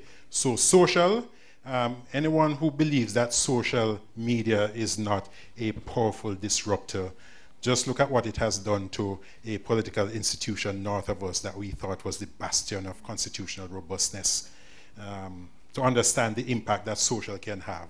Mobile and mobility, analytics, and the cloud. Those are the 4 technologies that are the big disruptors for digital transformation, and you have to pay attention to them in a holistic way.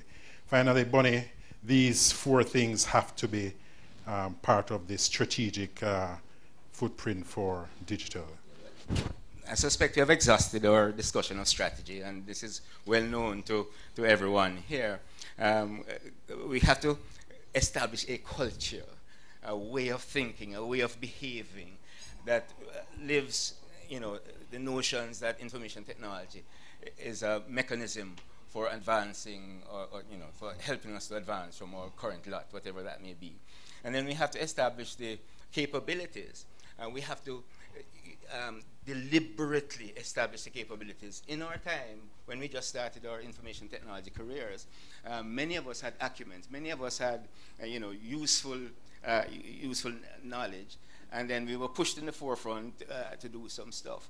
What we're talking about here is organizational capability that permeates the entire organization. It has to be cultivated and has to be maintained. This is the only way, because that is the basis of competition. And then we have to cultivate the organization and talent, not just to call on the few who already have that acumen. Cultivate it to establish these capabilities. If you look at these things, we grew up in a world where outsourcing became, the kind of standard bearer for everything that we can't do.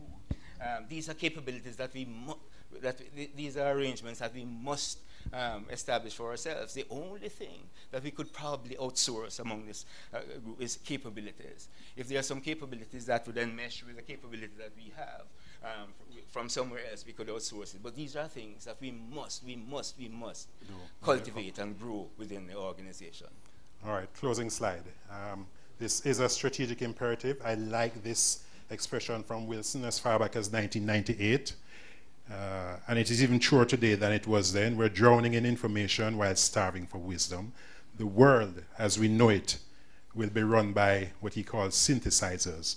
Those are the people with the digital capacity to put together the right information at the right time, think critically about it, and make important choices wisely. Can I just Those say are one the winners thing? Of the future. Can I just say one thing? It leaves out an important consideration, which is data. As we talk about big data, we know data is different from information, but big data, we have to find mechanisms for extracting information from big data. That is a huge challenge, and then the others will follow. All right. Thank you very much, ladies and gentlemen. There's much more behind this paper that we're happy to share beyond this, and turn back over to our honorable chairperson.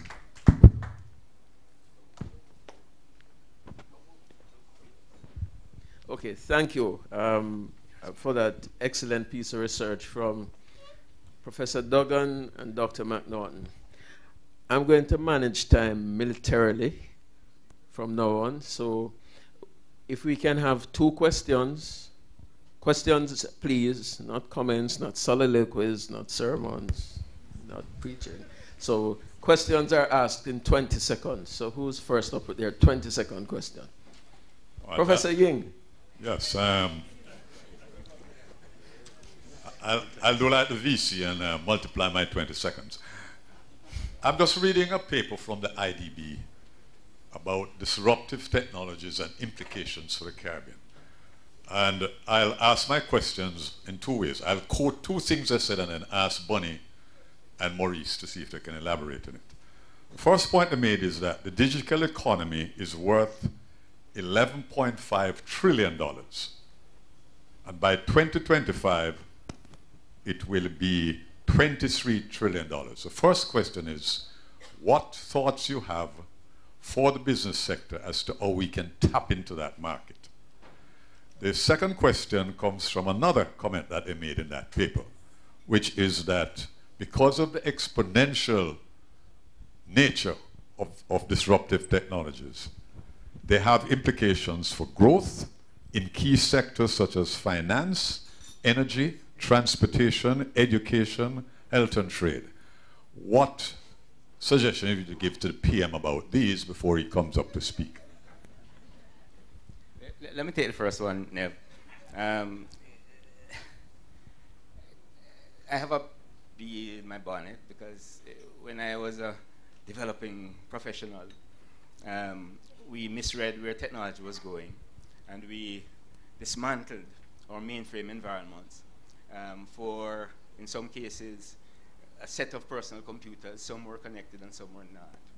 And as a result of which, we lost many opportunities. And in fact, we lost many, many very proficient professionals who took their trade, they applied their wares elsewhere. They went abroad and developed some of the things that are happening in the United States now. I think the only answer to that particular question is that we have to protect our knowledge workers, and we have to protect, we have to consult with them in decision making about the way technologies must go, and to listen to them, cultivate a conversation, ongoing conversation about what is likely. But the question you asked is a very, very involved one, and it would take much. I don't want to. We can't keep it. Yeah. So we'll finish up on this as we wait to hear the Prime Minister's contribution. Digital transformation goes beyond the enterprise. If we're going to become a competitive economy, if we're going to become competitive businesses, Honorable Prime Minister, and every single one of our citizens has to become digitally literate.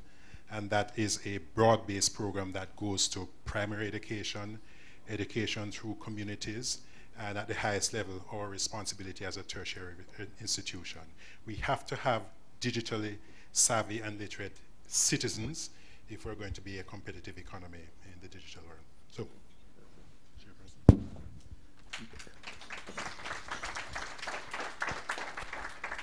thank you very much, gentlemen.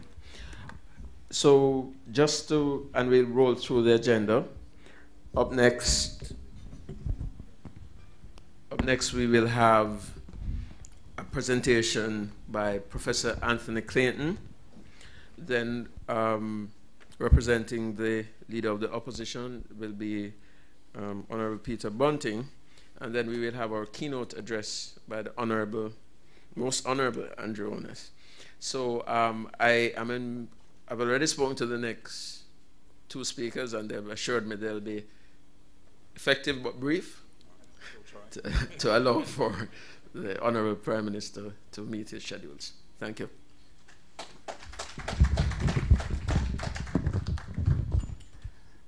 Prime Minister, VC, Honorable Shadow Minister, very distinguished guests, ladies and gentlemen. Let me talk to you very briefly about some of the key issues as we see them now. First slide, please.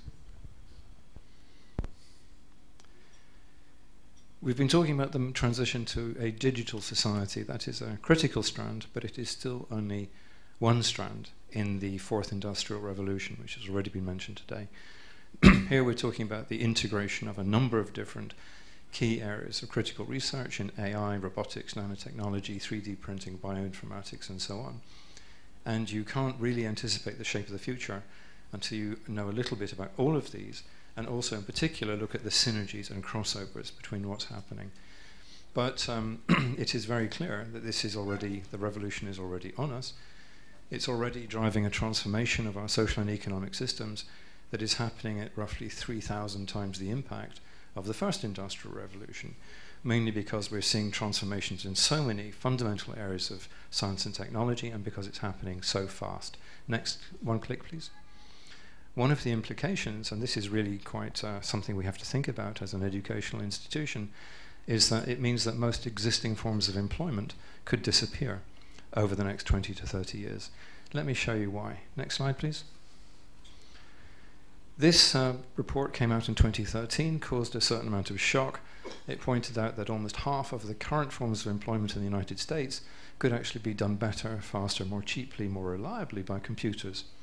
And an even more telling quote from the former CEO of McDonald's saying, if you look at the robotic devices coming into the restaurant industry now, it's now cheaper for me to buy a $35,000 robot arm that can make French fries than it is to hire somebody who's making $15 an hour. And the robot arm doesn't join a union, doesn't get sick, and it works 24/7. So it's a way better deal. Next slide, please. Now, this is actually already last generation technology. You don't have to wait in line. You don't have to talk to somebody saying, may I take your order, please? And do you want fries with that? All you do is you touch the screen. This is last generation, because I've been in a restaurant. Well, the screen is now integrated into your tabletop, so you just go tap, tap, tap, tap, and it specifies your burger for you. Next slide, please. If you want, you can go backstage and meet the chef. Next slide, please. Or you can ask for table service. Now, this is actually quite something, because fast food industry absorbs a lot of people who have relatively low skills, who would find it a bit difficult to get jobs elsewhere. But we've now got machines that can do these jobs more cheaply than the people. Next slide, please. And this is only one sector of the economy. By most reckoning, by the time we get to 2040, the idea of actually having a human being driving a car, we'll look back on this time and think, are you crazy? You actually let people drive these things? Looking at the carnage on the roads, you put people in charge of 2 tons of metal, people who could be under the influence of alcohol or goodness knows what. So I think we'll get to the point where most vehicles will be driverless, but you won't own one. Next slide, please. Because you won't need to. Now, if you look at a big economy like the US, most vehicles in the US are actually in use for about 5% of the time. Most of the time, your vehicle, your car, is spent parked outside your house or outside your office, rusting and depreciating and not serving any useful purpose. It's actually the worst investment of capital that most of us ever make. If you move to something like the Uber model, and as some people here know, in parts of Manhattan now, you have an app on your phone, you tap it, and the wait time now for an Uber vehicle is about 90 seconds. So you don't have to go to the car park, you don't have to retrieve your car, you don't have to spend $150 on car park charges. So once we move to the online Uber model, the cost of your transport plummets. Using your own vehicle in New York City works out about $3 a mile. If you move to an efficient Uber service, it's about $1.50 per mile. But once we take the driver out of the equation, the unreliable and expensive driver, it comes down to about 30 cents a mile. So your cost of transport is now 1/10 of what it was before, which is a dramatic cost saving. People are actually thinking of automating freight first before taxis. With a move to automated trucks, you can effectively double the capacity of the roads, because you can take out things like the distances required between trucks. And you take out about 75% of the cost of moving freight, because all of the labor cost is gone. That gives you an 8-fold improvement in cost structure. So all of a sudden, the cost of getting goods to you, once you've ordered them from Amazon, is now 1/8 of what it was before. Huge cost saving. But if you think about this another way, what size of a vehicle fleet, trucks and vehicles, would a big economy like the US need to get the same level of people movement and freight movement that it does now? And it works out that you could take about 75–80% of the vehicles off the roads and get the same number of people movement and freight movements that you do now, which would take us a far way to solving our problems with climate change. We simply automate our transport systems. Next slide, please.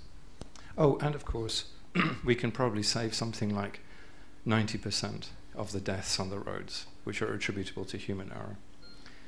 So when you're looking for your next vehicle, or maybe not the next one, but the one after that, you might be looking at something like this, and you'll notice that there is no steering wheel. And you'll notice, of course, it's then no longer necessary for everybody to sit facing forwards, because you're not driving. It now becomes a workspace, an office space, or somewhere you can sit and play with your children on the way to do the school run. In other words, your commute time now becomes part of your productive day. You get all of that time back to use for better, more productive purposes. Next slide, please. And it's not just land-based transport. This is an actual prototype. This is the world's first unmanned commercial ship. This is designed to move containers out to large ocean-going vessels. This is just first generation. Next slide, please. This is the projected timeline for taking all of the labor out of marine transport. And by 2035, it's estimated by the engineers who are doing the development that will have fully autonomous logistics and shipping systems. I've shared this with the Caribbean Maritime University. It's actually quite adjustment for them, because it means that the people they're training now for careers in the maritime world may become redundant in 15 years. So this is actually something that all institutions of education now have to think about. Are we training people for jobs which are about to cease to exist? In which case we're not doing them any favors. Down there you can see a little prototype mock-up of what a cargo vessel will look like. That's of course got nobody on board. That's being controlled by a virtual bridge. Next slide, please. And this is what it actually looks like. So when you think of a sailor in future, you're no longer thinking of somebody out there in a hazardous environment, rough seas, pulling on a rope. This is a guy who works 9 to 5. And he comes in and he can sit and have a cup of coffee, and he's controlling a number of vessels, seagoing vessels. There no longer has to be somebody out there. This again is going to dramatically reduce the cost, but it's going to have implications for the workforce. Next slide, please. In case you think this is a little far-fetched, this is actually happening now. You recognize the giant mining trucks. These are 2-story high vehicles. One click, please. And these are out in Western Australia. One click, please. This was not really a very popular posting. You got paid good money, but you were about 500 miles from the nearest bar. So people would go out and do 2-week shifts, make a lot of money, come back to civilization and spend it all. This is no longer the case. This is a fully remotely controlled mine out in Western Australia. The people driving these trucks are actually sitting in the city of Perth, 1,200 kilometers away. Next slide, please. So when you think of what a mine looks like, well, actually, that's what a mine looks like. These guys are running a mine. It's just that they're not actually having to physically sit out in the desert anymore. Next slide, please. And it's going to take out construction too.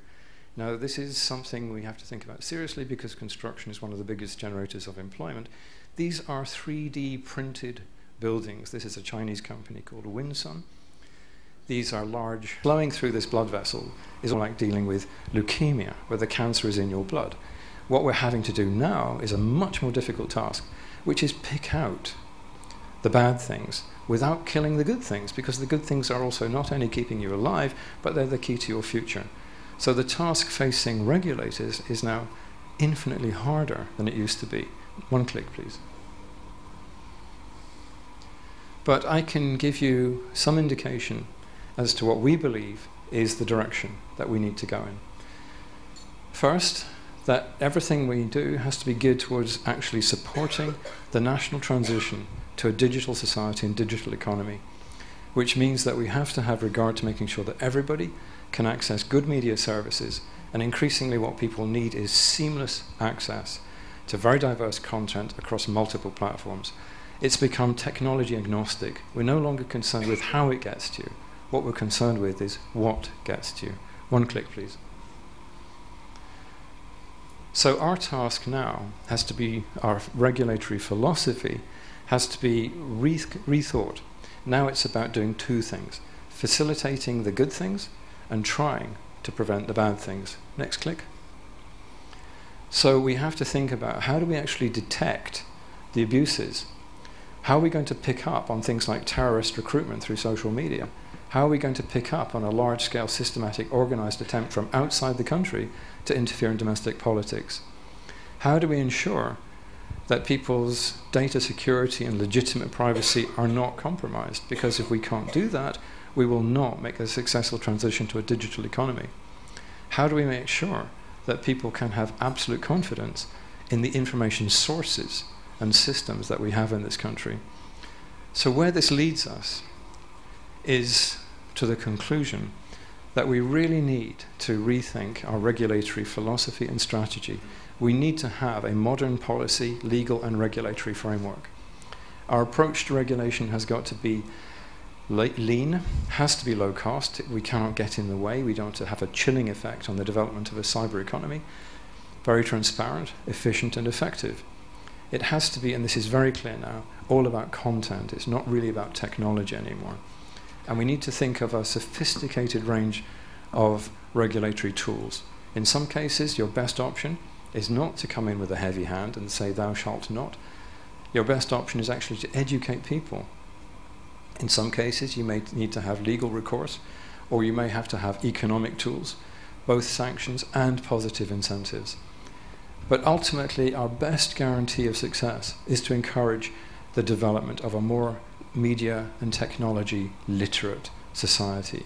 The best inoculation, and it's not foolproof by any means, but the best defense against the dissemination of malign or misleading information is that people should actually understand a bit more that information quality and integrity and content reliability are absolutely critical. One more slide, please. So this is a very short, I think 30-second video, which captures where we think we're going with this. Could you start the video for me, please?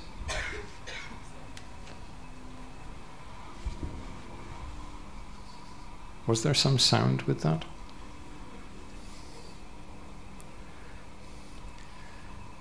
Well, if the video is jammed, you can just go straight to the last slide. Oh, it's going. Okay, we're good.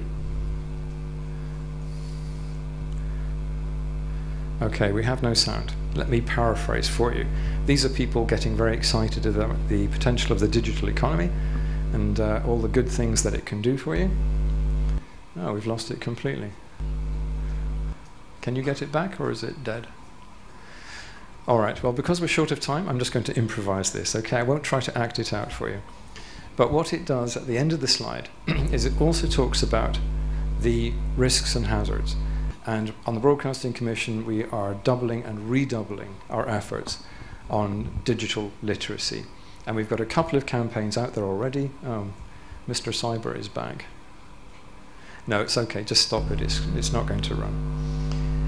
Two of our presentations, two of our preparations have already won global awards for the quality of our work on alerting people to the risks of fake news and to sensitize parents to the fact that they must know now what their children are looking at online.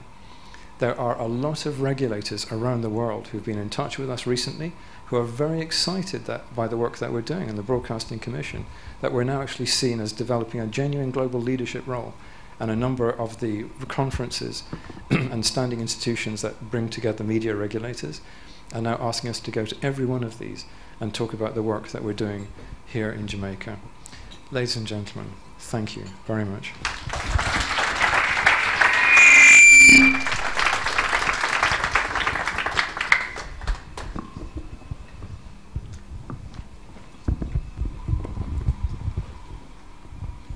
Thank you very much, Professor Clinton, and I forgot to introduce him properly. So he's Chairman of the Broadcasting Commission and the Alcon Professor of Sustainable Development here at the UWI. So I'll just take 30 seconds to recap where we have been.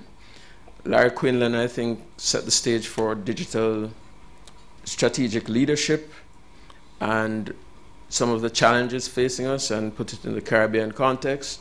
The VC spoke to us about the interesting things we're doing digitally in the university, regionally, and in the Caribbean. We then heard on the research that has been done on strategic digital leadership and where we are, what Caribbean or Jamaican leaders think, and the ambivalence about whether we're ready or not for digital strategy. And Professor Clayton, I think, put it in context where if our digital strategy does not include the empowerment of the worker or industry or manager who's going to be displaced, the results can be striking, as seen in the revolution of the Rust Belt in 2016, when those who had been consigned to a life of not much meaning and were simply called the Rust Belt turned against the establishment, both Republican and Democrat. Our next two speakers are therefore important to us because they live on the policy side of matters and have to worry more about these things than the rest of us do. And we look forward to them framing digital strategic leadership in that context. Very quickly, if you look at predictions of what technology would do 40 years ago, it said with all our 4-day work weeks, more time with our families, and our quality of life would be enhanced. And I don't think there's anybody here who's working less time. So to explain to us first is the Honorable Peter Bunting, Opposition Spokesperson on Industry, Investment and Competitiveness. Did I get that right? And he'll be making a brief presentation prior to the Prime Minister. Thank you.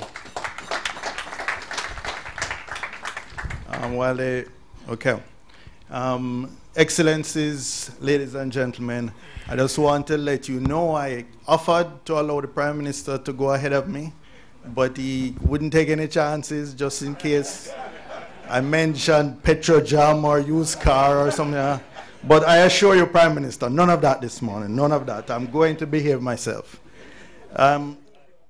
So, in the area of strategic digital leadership, I just want to start by saying many years ago in a former life, when I was CEO of Daring, Bunting and Golding, I was so seized with this, the importance and urgency of it, that I behaved like a zealot, I think Bonnie would describe, and appointed myself not just CEO, but Chief Technical Officer, Chief Technology Officer, knowing nothing about technology.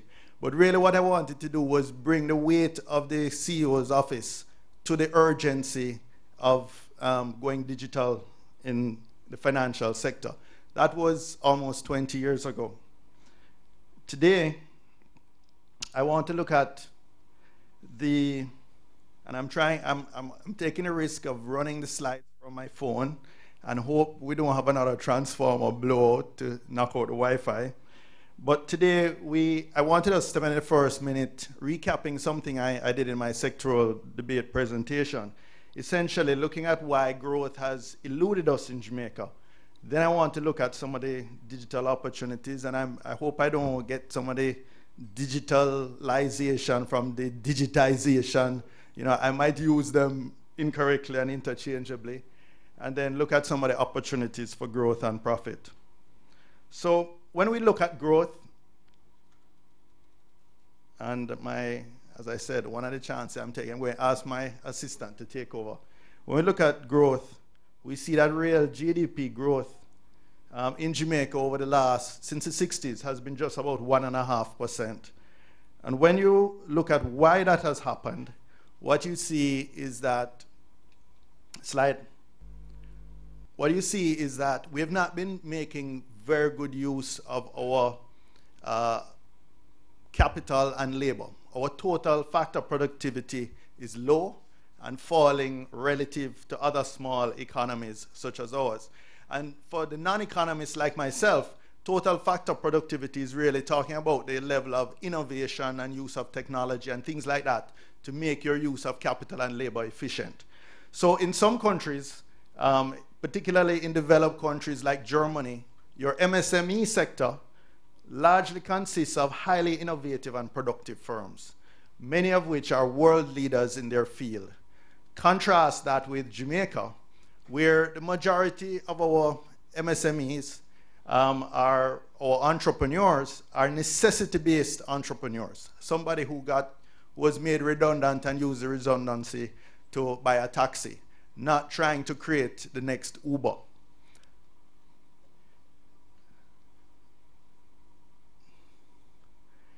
So I am convinced that automation, artificial intelligence, digital technologies generally can bring a lot of productivity growth and performance gains to Jamaica's economies.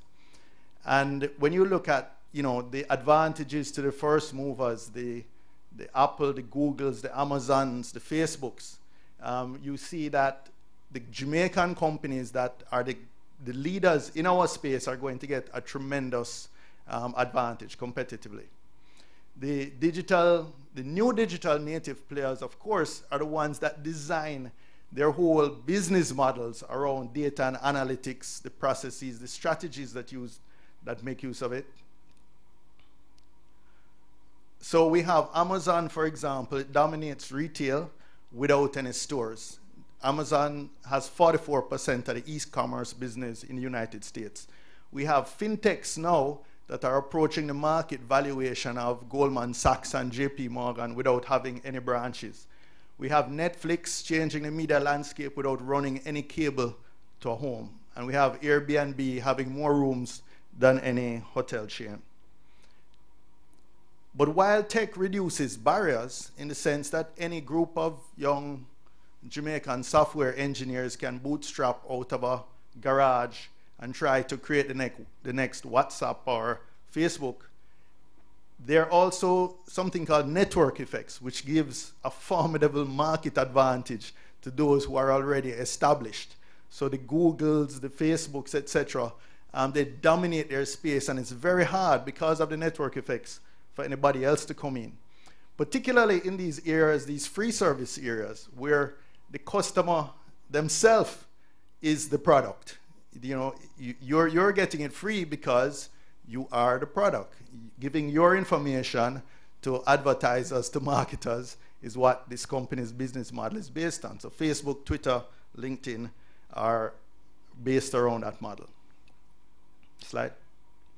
When we look at Jamaica, we are actually quite advanced in terms of things like internet penetration, 55%, active social media users, 41%, mobile connections, we have 113%, we like to talk, and 1.1 million active mobile social users. So there is a tremendous potential for us to leverage on that. And I think to some extent we have, although unfortunately in many cases we use this social media activity more to trace each other than for productive purposes. But in terms of opportunities for growth and profit, I think there are really high potential return on investment for both public and private sector. But before we bring automation or digitization, we need to do our business process re-engineering first. And I'm sure Dr. Lawrence would agree with that, because many of the processes, for example, that we use in the public sector now date back to colonial times, and just digitizing that is really not going to give us the paradigm improvements in efficiency. In public sector, just go back 1 second for me. In the public sector, I think the big opportunities in healthcare, in security. I mean, you talk just digitizing the patient records in the hospitals would save an enormous amount and create incredible efficiencies in terms of costs and also in terms of improvements in patient care, etc.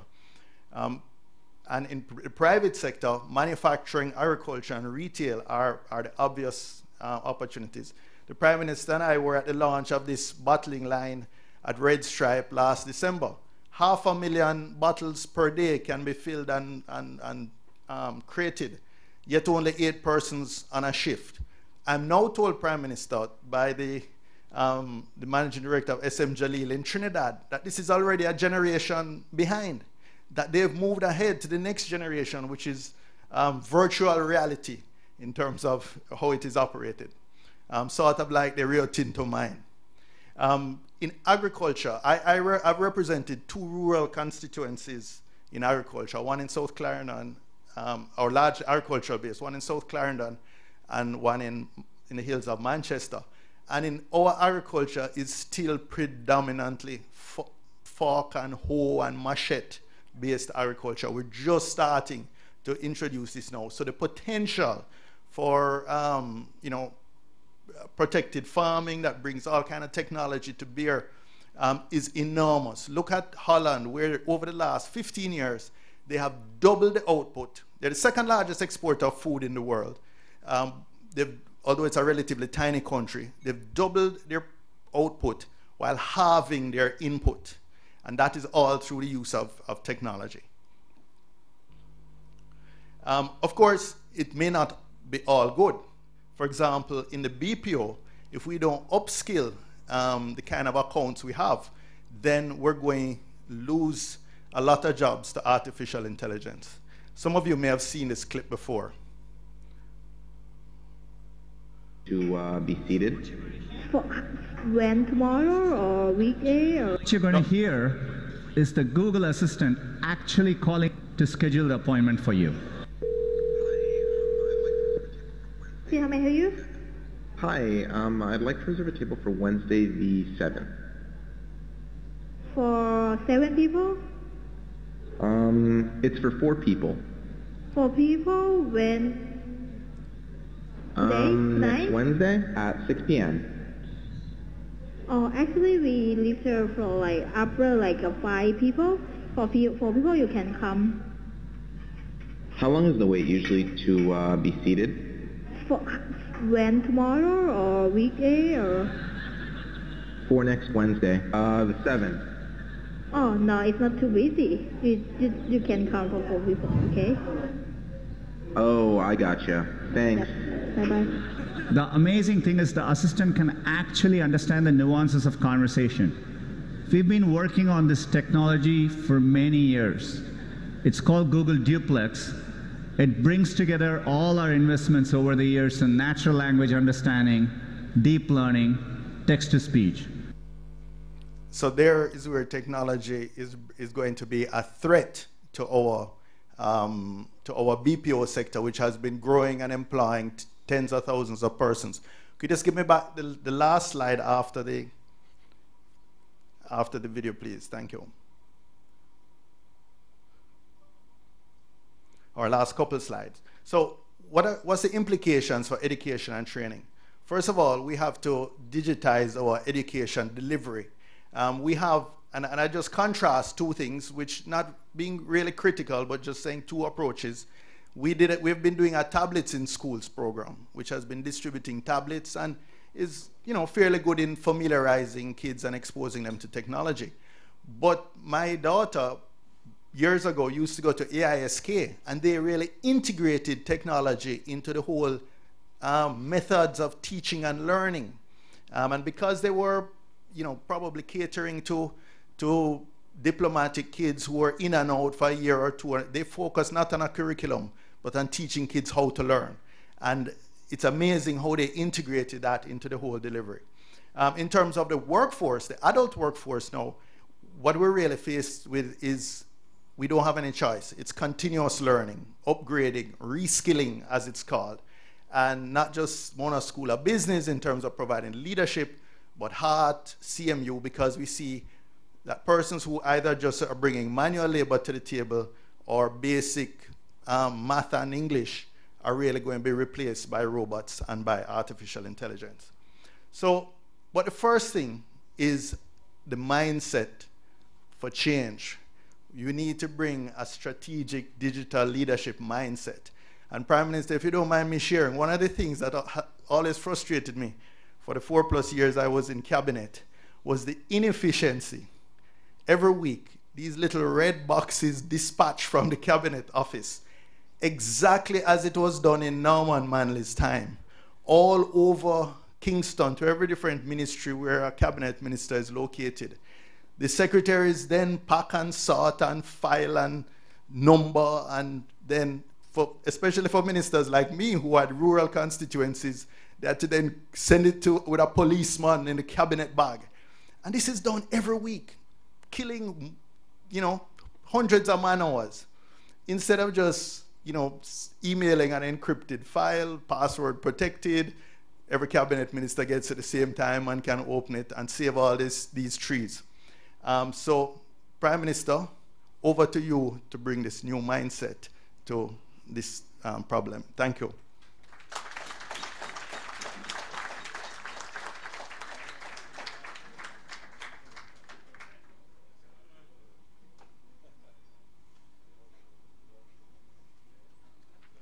Thank you very much, Peter Bunting. And it's refreshing to see that the shadow spokesperson on industry, investment, and competitiveness is truly digital. And I think, a really relevant message here. Now, to close the show, and some would say, obviously, the star of the show, the most honorable Andrew Ones, Prime Minister. He needs very little introduction, so I won't bore you with the fact that he is almost millennial. And is not only a young Prime Minister, but a youthful Prime Minister, but whose hair is changing like mine. I told you this several years ago, Prime Minister, when you mocked my grays. Your time has come. But, you know, the VC had wanted to make some remarks, and I'm making these on his behalf, but I fully concur. We have our first truly digital Prime Minister, in the sense that we can track his life, his words, his deeds, his thoughts, his actions, even his family gatherings via digital media. He reaches out digitally to the country, the constituents. And it is a generational shift that has come upon the country. And because I know of the Prime Minister's age, I'll make an interesting observation. It is a product of maybe how he thinks rather than what he was taught, of how he was taught. That is important. And I look forward to your remarks here, sir, because to be digital does not mean that you have to learn everything digital. You have to learn how to unlearn and to learn new things. And so I invite the Prime Minister to tell us how government is going to unlearn and learn new things in this digital age. Mr. Prime Minister.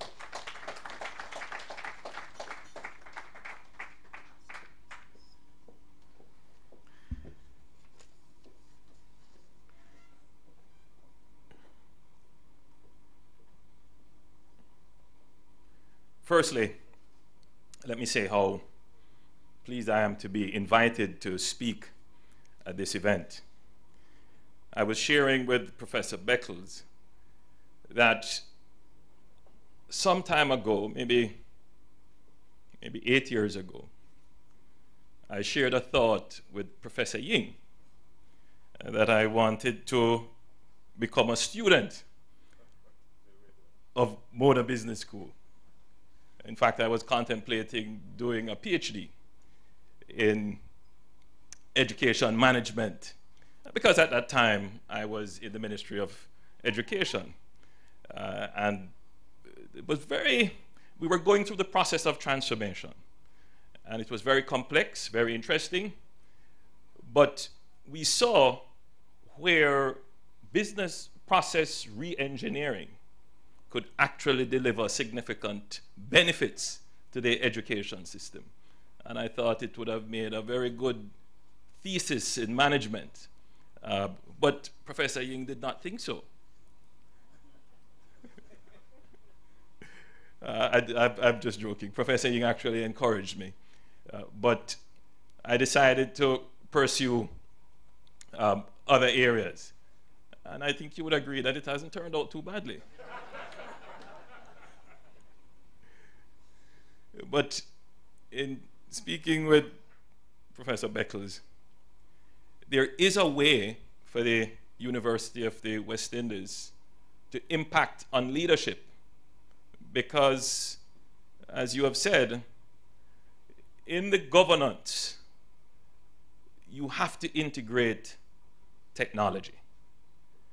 And it is not so much what you think you know, because you will agree with me that if you followed closely the presentation of Professor Clayton, you would be worried by what you do not know.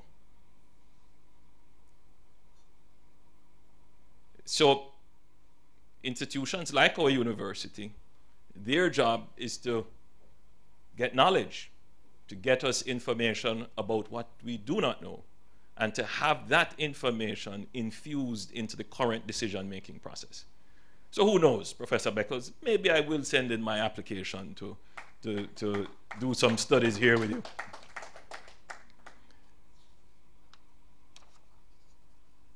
you may not believe when I say this, but Peter is my good friend.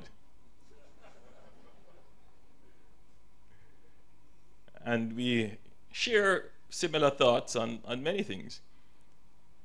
Because I too complain about this very esoteric process of delivering cabinet papers. And what I did in my I had 5 years before, and my 2.5, almost 3 years now, is I've given a directive to the Ministry of Science, Energy and Technology that they must provide our ministers with a secure instrument, probably like this one, and the software and the network behind it to deliver our cabinet papers. I'm expecting that by the end of the year, the cabinet papers will be delivered electronically.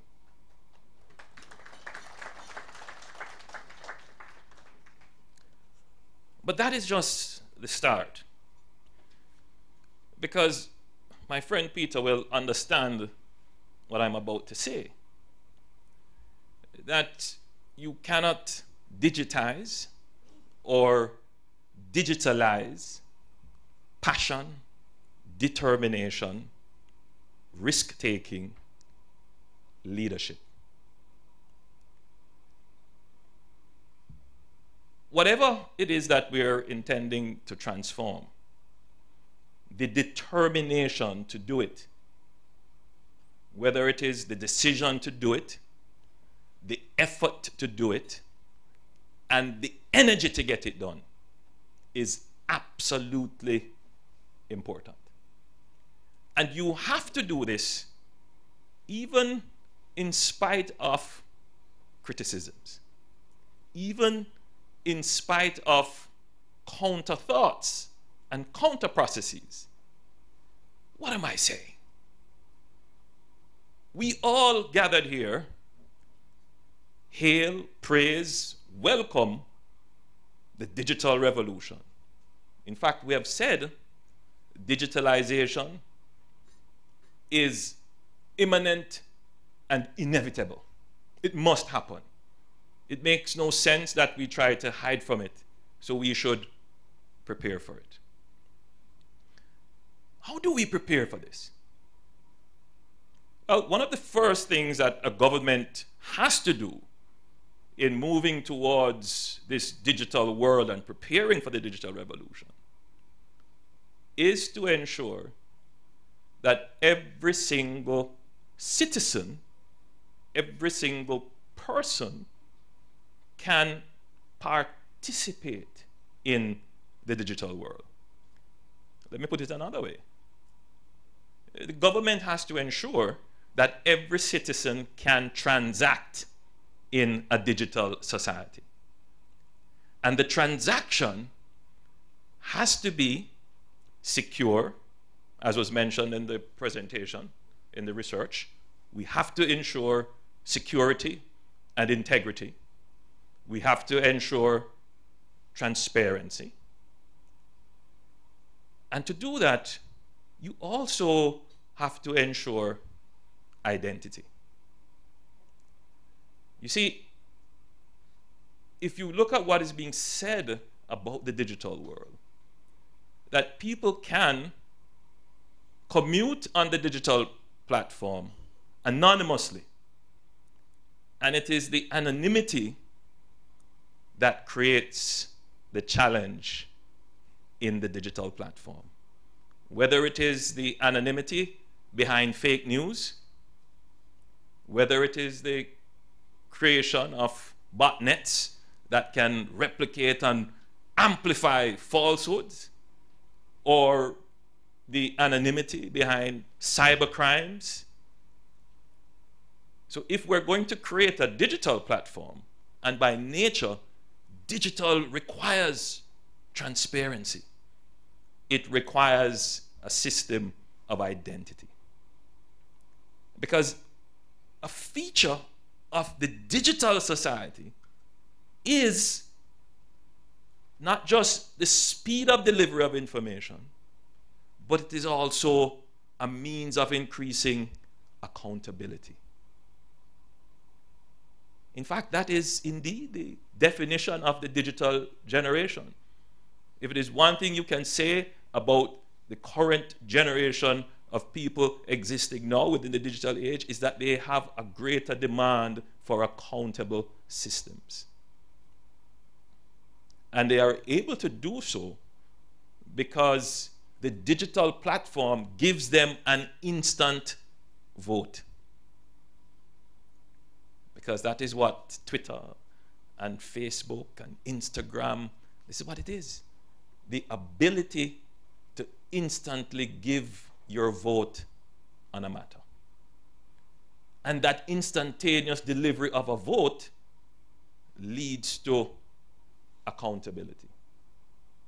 And if people are able to parade anonymously on the digital platform, infiltrate, manipulate, mislead,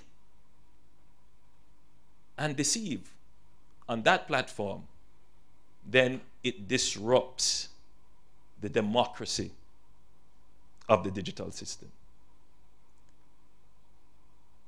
I want you to contemplate for a moment that all that has been said about the future and where the technology is going, we have not said that our democracy will be digitized and digitalized.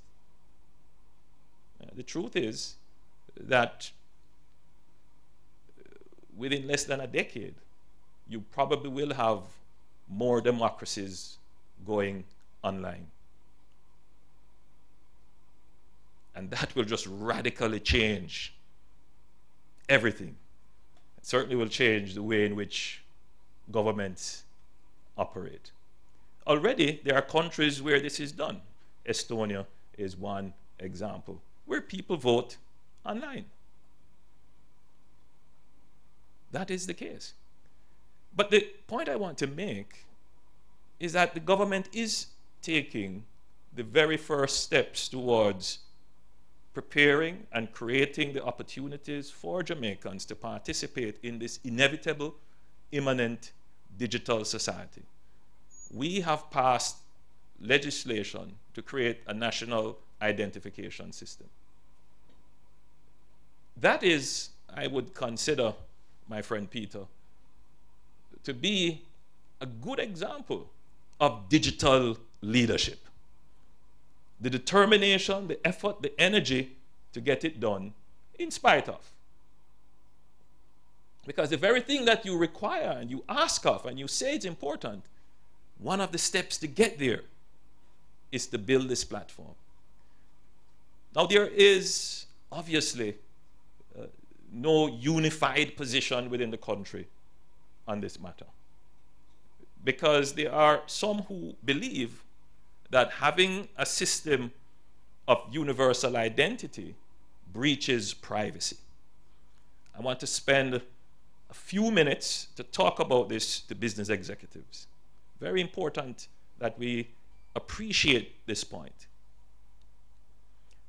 The notion that privacy means, and I will have to project here, that privacy means that the information is not known. In the digital world, that will not be the case. Privacy doesn't mean that your information is not known. Privacy means that your information is protected and can only be distributed or released or used under the rule of law. In fact, in the digital world, you depend more on the rule of law for your privacy than your anonymity. So the big debate in Jamaica is people don't want the state to know about them. We don't want to be a part of anything the state is doing. Well, if the state doesn't know about you, then the state can't provide services for you, whether digital or otherwise.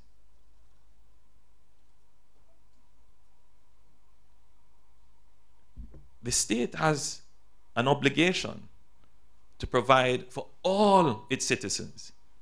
And in providing for all its citizens, the state has an obligation to know about all its citizens. So, in speaking now to business leaders and government leaders, the new thinking has to be, how do we build strong institutions to protect the knowledge that we will have of our citizens? Because I want you to consider that within your firms, you're all using software, either by Google, Apple, Microsoft, and every day you're giving your private information.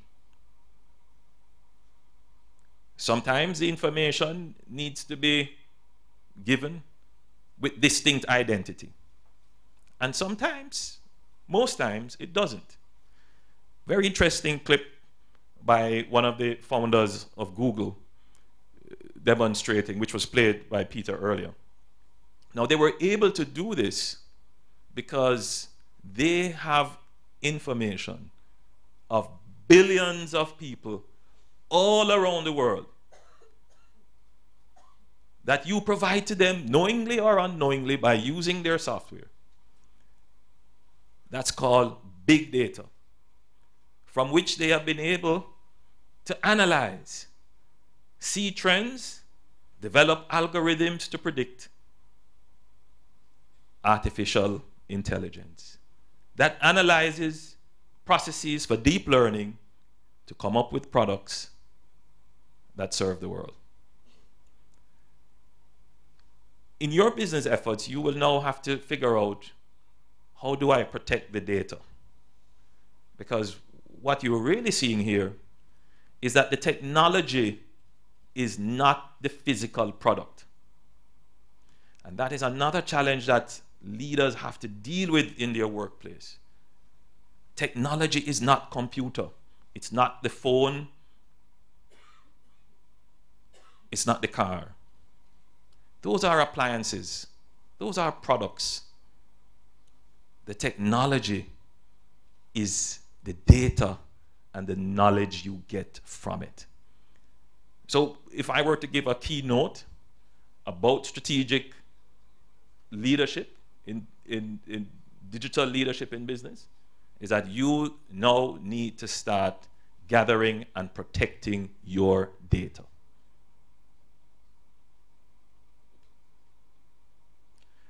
The other thing I would say about strategic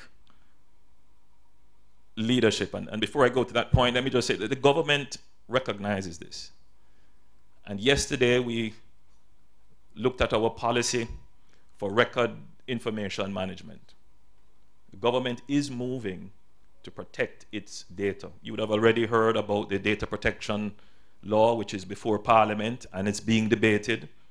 We take on board all the comments, all the criticisms, and all the suggestions, because we really want a strong and effective data protection law. But if you consider that the government of Jamaica has already significant records on all its citizens, through its National Archive, through the health records, as you have mentioned, through the education records, we are now putting together a policy as to how we can categorize the data, protect the data, and digitize the data. We have formed now, through the HOPE program, a digitization core. We now have about 2,000 youngsters deployed right across government doing that manual process of digitization. So we're moving all our records now from paper to a digital platform. We started an e-governance platform, started in 2007 thereabouts, continued with the previous administration, and we are continuing it now. We have taken out a loan with the IDB for $64 million US. People say, oh, $64 million US for the National Identification System alone. No, only a very small portion is for the National Identification System. the larger portion of the loan is to establish the platform, that is the digital platform, to put in place the servers, the networks, the cloud services, to enable us to place all that data that we're converting digitally, to put it at the disposal of the government and the public. That data is valuable. There are many services that can come from it. I think of one of them, for example. You know, a friend of mine recently told me that he's 50% Irish, 20% Italian, 5% something another, and 5% something another. I said, how do you know this? He said, well, I put a swab in my mouth, put it in a tube, sent it overseas to one of these companies that traces ancestry. Where did they get that information? They were able to get it because they are pulling information from archives all over the world. And Jamaica has valuable information here that we can build services and sell just from information. But let's not just look at it from that level. There's a lot of talk about foreign exchange movement, and I'm going to make some statements, and I know that there are many business leaders here. I don't want my statement to in any way be interpreted as a direction to the market. I'm speaking about digital issues. So I'm venturing very carefully about speaking about foreign exchange rates. An important component of a market is information. In fact, most markets fail because of asymmetry in information. Buyers know differently from what suppliers know. And the role of government is to stand in the breach of that, to bring symmetry to information. And that's a function of government. That sounds simple enough, but it requires a media literate population. So the notion of literacy has changed. It's not just the ability to read, write, and comprehend. An important part of literacy is to be able to search for information, question information, be able to understand context, to understand digital interfaces, and to be able to very quickly unlearn and learn new things. Now, if you look at what is happening in the market today, there has been some policy changes, and the market has to adjust. Previously, if you were a speculator, you only had to speculate one way on the Jamaican dollar. And that way is that if there is any movement in the Jamaican dollar, it is likely to be a depreciation. Today, policy has changed, and for good reason. Well, policy has not changed, but policy has been reinforced because it was the policy of the previous government as well. But we are putting in place the mechanisms to ensure that the market can work. One of the important things that need to happen is that the actors in the market need to get better information. They need to search for better information. But there is also a great opportunity for people who are in the business of acquiring, developing, interpreting, as you had said, synthesizing financial data to help businesses better predict and be able to assess the risks of the market. So I'm saying to the business executives here that as part of your leadership, you have to use information, your strategic digital leadership. You have to use information to better manage your market risks, including foreign exchange risks. But it also provides an opportunity for new products to come into the market, just as how Google has innovated using the information that it pulls from all over the world, information from you, to create a new product. There is an opportunity for financial sophistication in Jamaica to create business products by analyzing the information on the markets to help businesses to manage risks. Products such as selling hedge products for foreign exchange. We don't have much of that in Jamaica. But in the new market, these are opportunities that should be grabbed readily because there is a significant need for that. The other point I wanted to make about digital leadership is that our mindset is to seek equilibrium. Well, that's the first thing you're taught in economics class. You want the markets to reach equilibrium. And in life, everybody wants to reach a period of stability and hopes that it lasts forever. But that is not the way of the world. The way of the world is disruption. And just psychologically, when we hear the word disruption, we think something bad. As business leaders, you have to embrace disruption.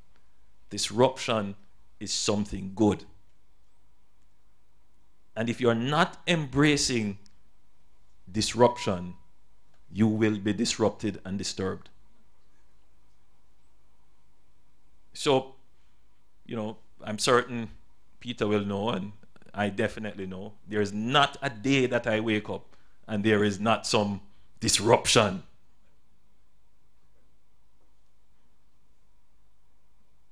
And we have to embrace it. And a lot of the disruption is caused by it.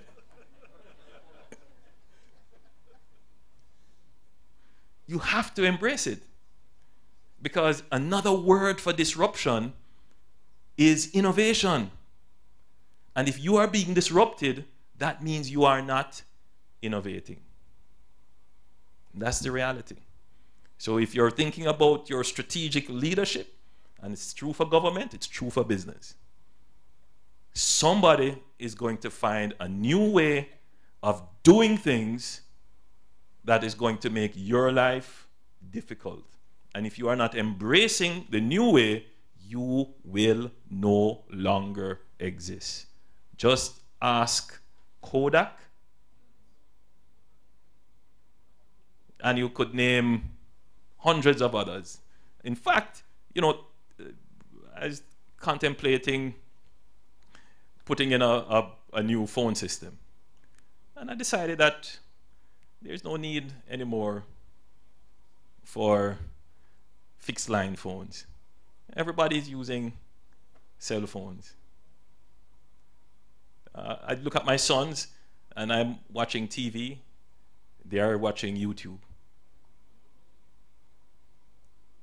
It's just, and that just took place within the last 5 years. So disruption is happening around us every day. So I'm encouraging all our business leaders to embrace it and be innovative in how you respond to it. The last thing I want to point out about the digital world is that do not take a pessimistic view of it. Interesting picture shown by Professor Clayton of a robot waiter delivering an order in a restaurant. It's so powerful because immediately you can see that many low-level skilled jobs could be easily replaced. As robotic technology, nanotechnology, and artificial intelligence improves, this may certainly become the case. Where will Jamaica's niche be in that future? As part of your strategic digital leadership, you need to start thinking about that. And obviously, it's good advice, as I said, start to gather data, protect data. It's not about product, it's about the data, because the data drives the product. That you have to be determined to do it, and you have to have the passion to do it. You have to embrace disruption, because the flip side of that is innovation. But there is a way for Jamaica to survive. Now, I don't see someone sitting on the beach in the grill getting their rum and coke via a robot. It's not the same product.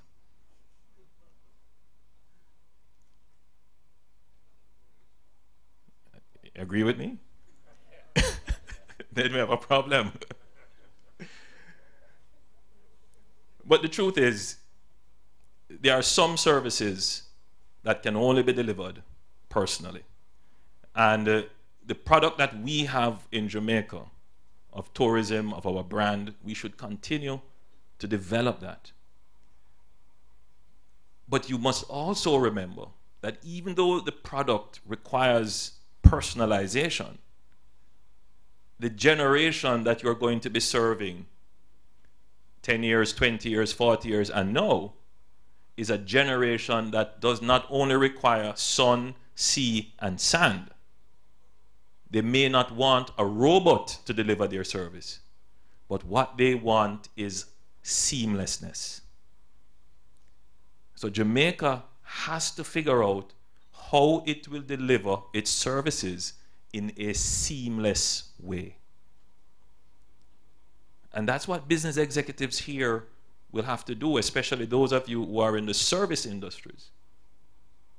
How are you going to ensure that, and I'm just using the tourism industry as an example, that the tourist landing in Jamaica does not spend 50 minutes in traffic?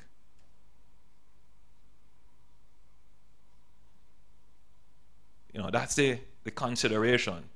How to move people into your services seamlessly. So the business process re-engineering part of the digitalization conversation is something that you have to take very seriously. The other issue is, Professor Clayton mentioned, we could very well have a robot flipping burgers.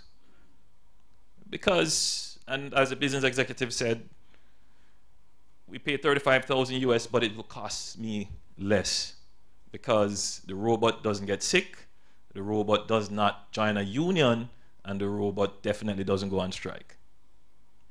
Very profound statement, because what it says is that the next generation of employees will have to understand that the advance in technology is changing the work dynamic and will inevitably, even as government stands strong, it will change the worker-employer contract relationship. It is an inevitable force. And it is better for our workers to develop the skills, because the same advice is true. They also have to embrace the disruption. The role of government in that is to ensure that our workers have the opportunity for upskilling, that the environment is created where workers' rights in respect of fair pay, that is maintained. But certainly in terms of how businesses and workers contract, in terms of the type of work that workers have to do, there's very little space for government, because the nature of the technology will drive and probably determine that relationship. And these are profound things that our society will have to come to grips with. It cannot be purely an emotional conversation. I think that when we talk about technology and the fears that you see directly or indirectly presented in many of the presentations here, that the only thing that we can do is to face our future bravely, smartly, strategically, but with passion and determination, that we will survive and have a better place in the new future than we have today. I thank you.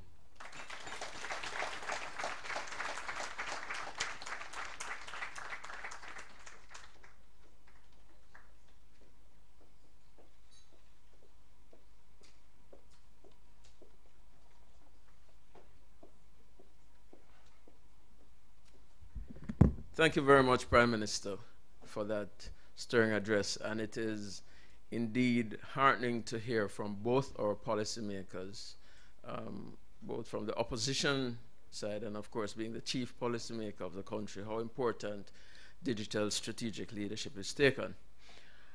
I know, Prime Minister, you have to run off shortly, but I'd like to invite both gentlemen from the policy side, Honorable Peter Bunting and the Prime Minister, to join us for some brief presentations for our appreciation.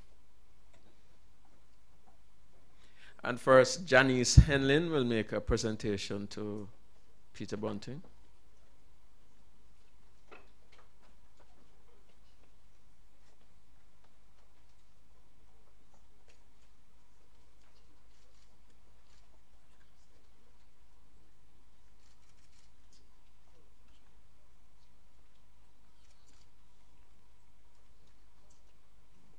Thank you, Janice.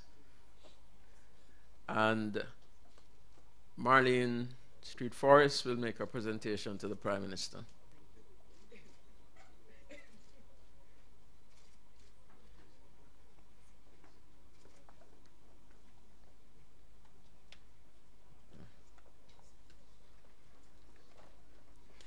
Thank you both. And now we come to a closing and a wrap-up. And I think I'd like to give all of the presenters a round of applause. It's been a very good morning.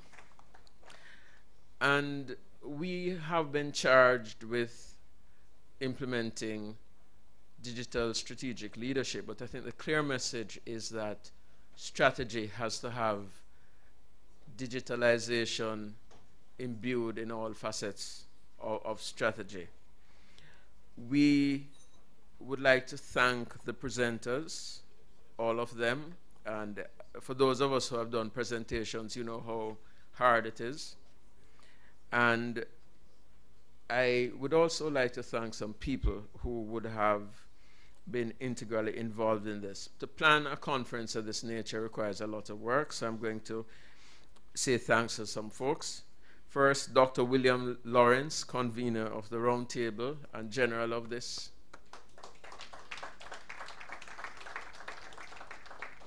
Assisting him from the Mona School of Business would have been Ingrid Bennett, Janice Henlin, Justine Harrison, Marie Ebanks, Brian Hall, Annabelle Graham, Patricia Dowse, and Wendy K. Wilson. They were also assisted by Norma Christie, the communications consultant, and Angela Thane, PR media consultant. We also had help from the Jamaica Stock Exchange. There was Marlene Street Forest, an ex-officio member, along with Neva Ellis and Michael Johnson. And from the Broadcasting Commission, Cordell Green and Don Dobson. It's also hard to mount these events without sponsorship, and we'd like to thank our sponsors, the Jamaica Stock Exchange, the Broadcasting Commission, Scotiabank, Sagicor, Bank of Jamaica, the Victoria Mutual, and the Financial Services Commission. We'd also like to thank the Mona Visitors Lodge and our caterers, and of course the media. and you, our guests. This roundtable is but one of the planks of our outreach, as I said before, from the University of the West Indies, and in this particular instance, the Mona School of Business and Management. We cannot survive and thrive as a school unless we have your full support and participation. Our job is to take your data, to gain information, and have our researchers like Maurice generate knowledge for you to thrive. We take our mission here seriously in building business to build the nation. We look forward to your participation and support. And since this is a digital conference, we'll be sending all of you evaluation forms digitally and encourage you to give us feedback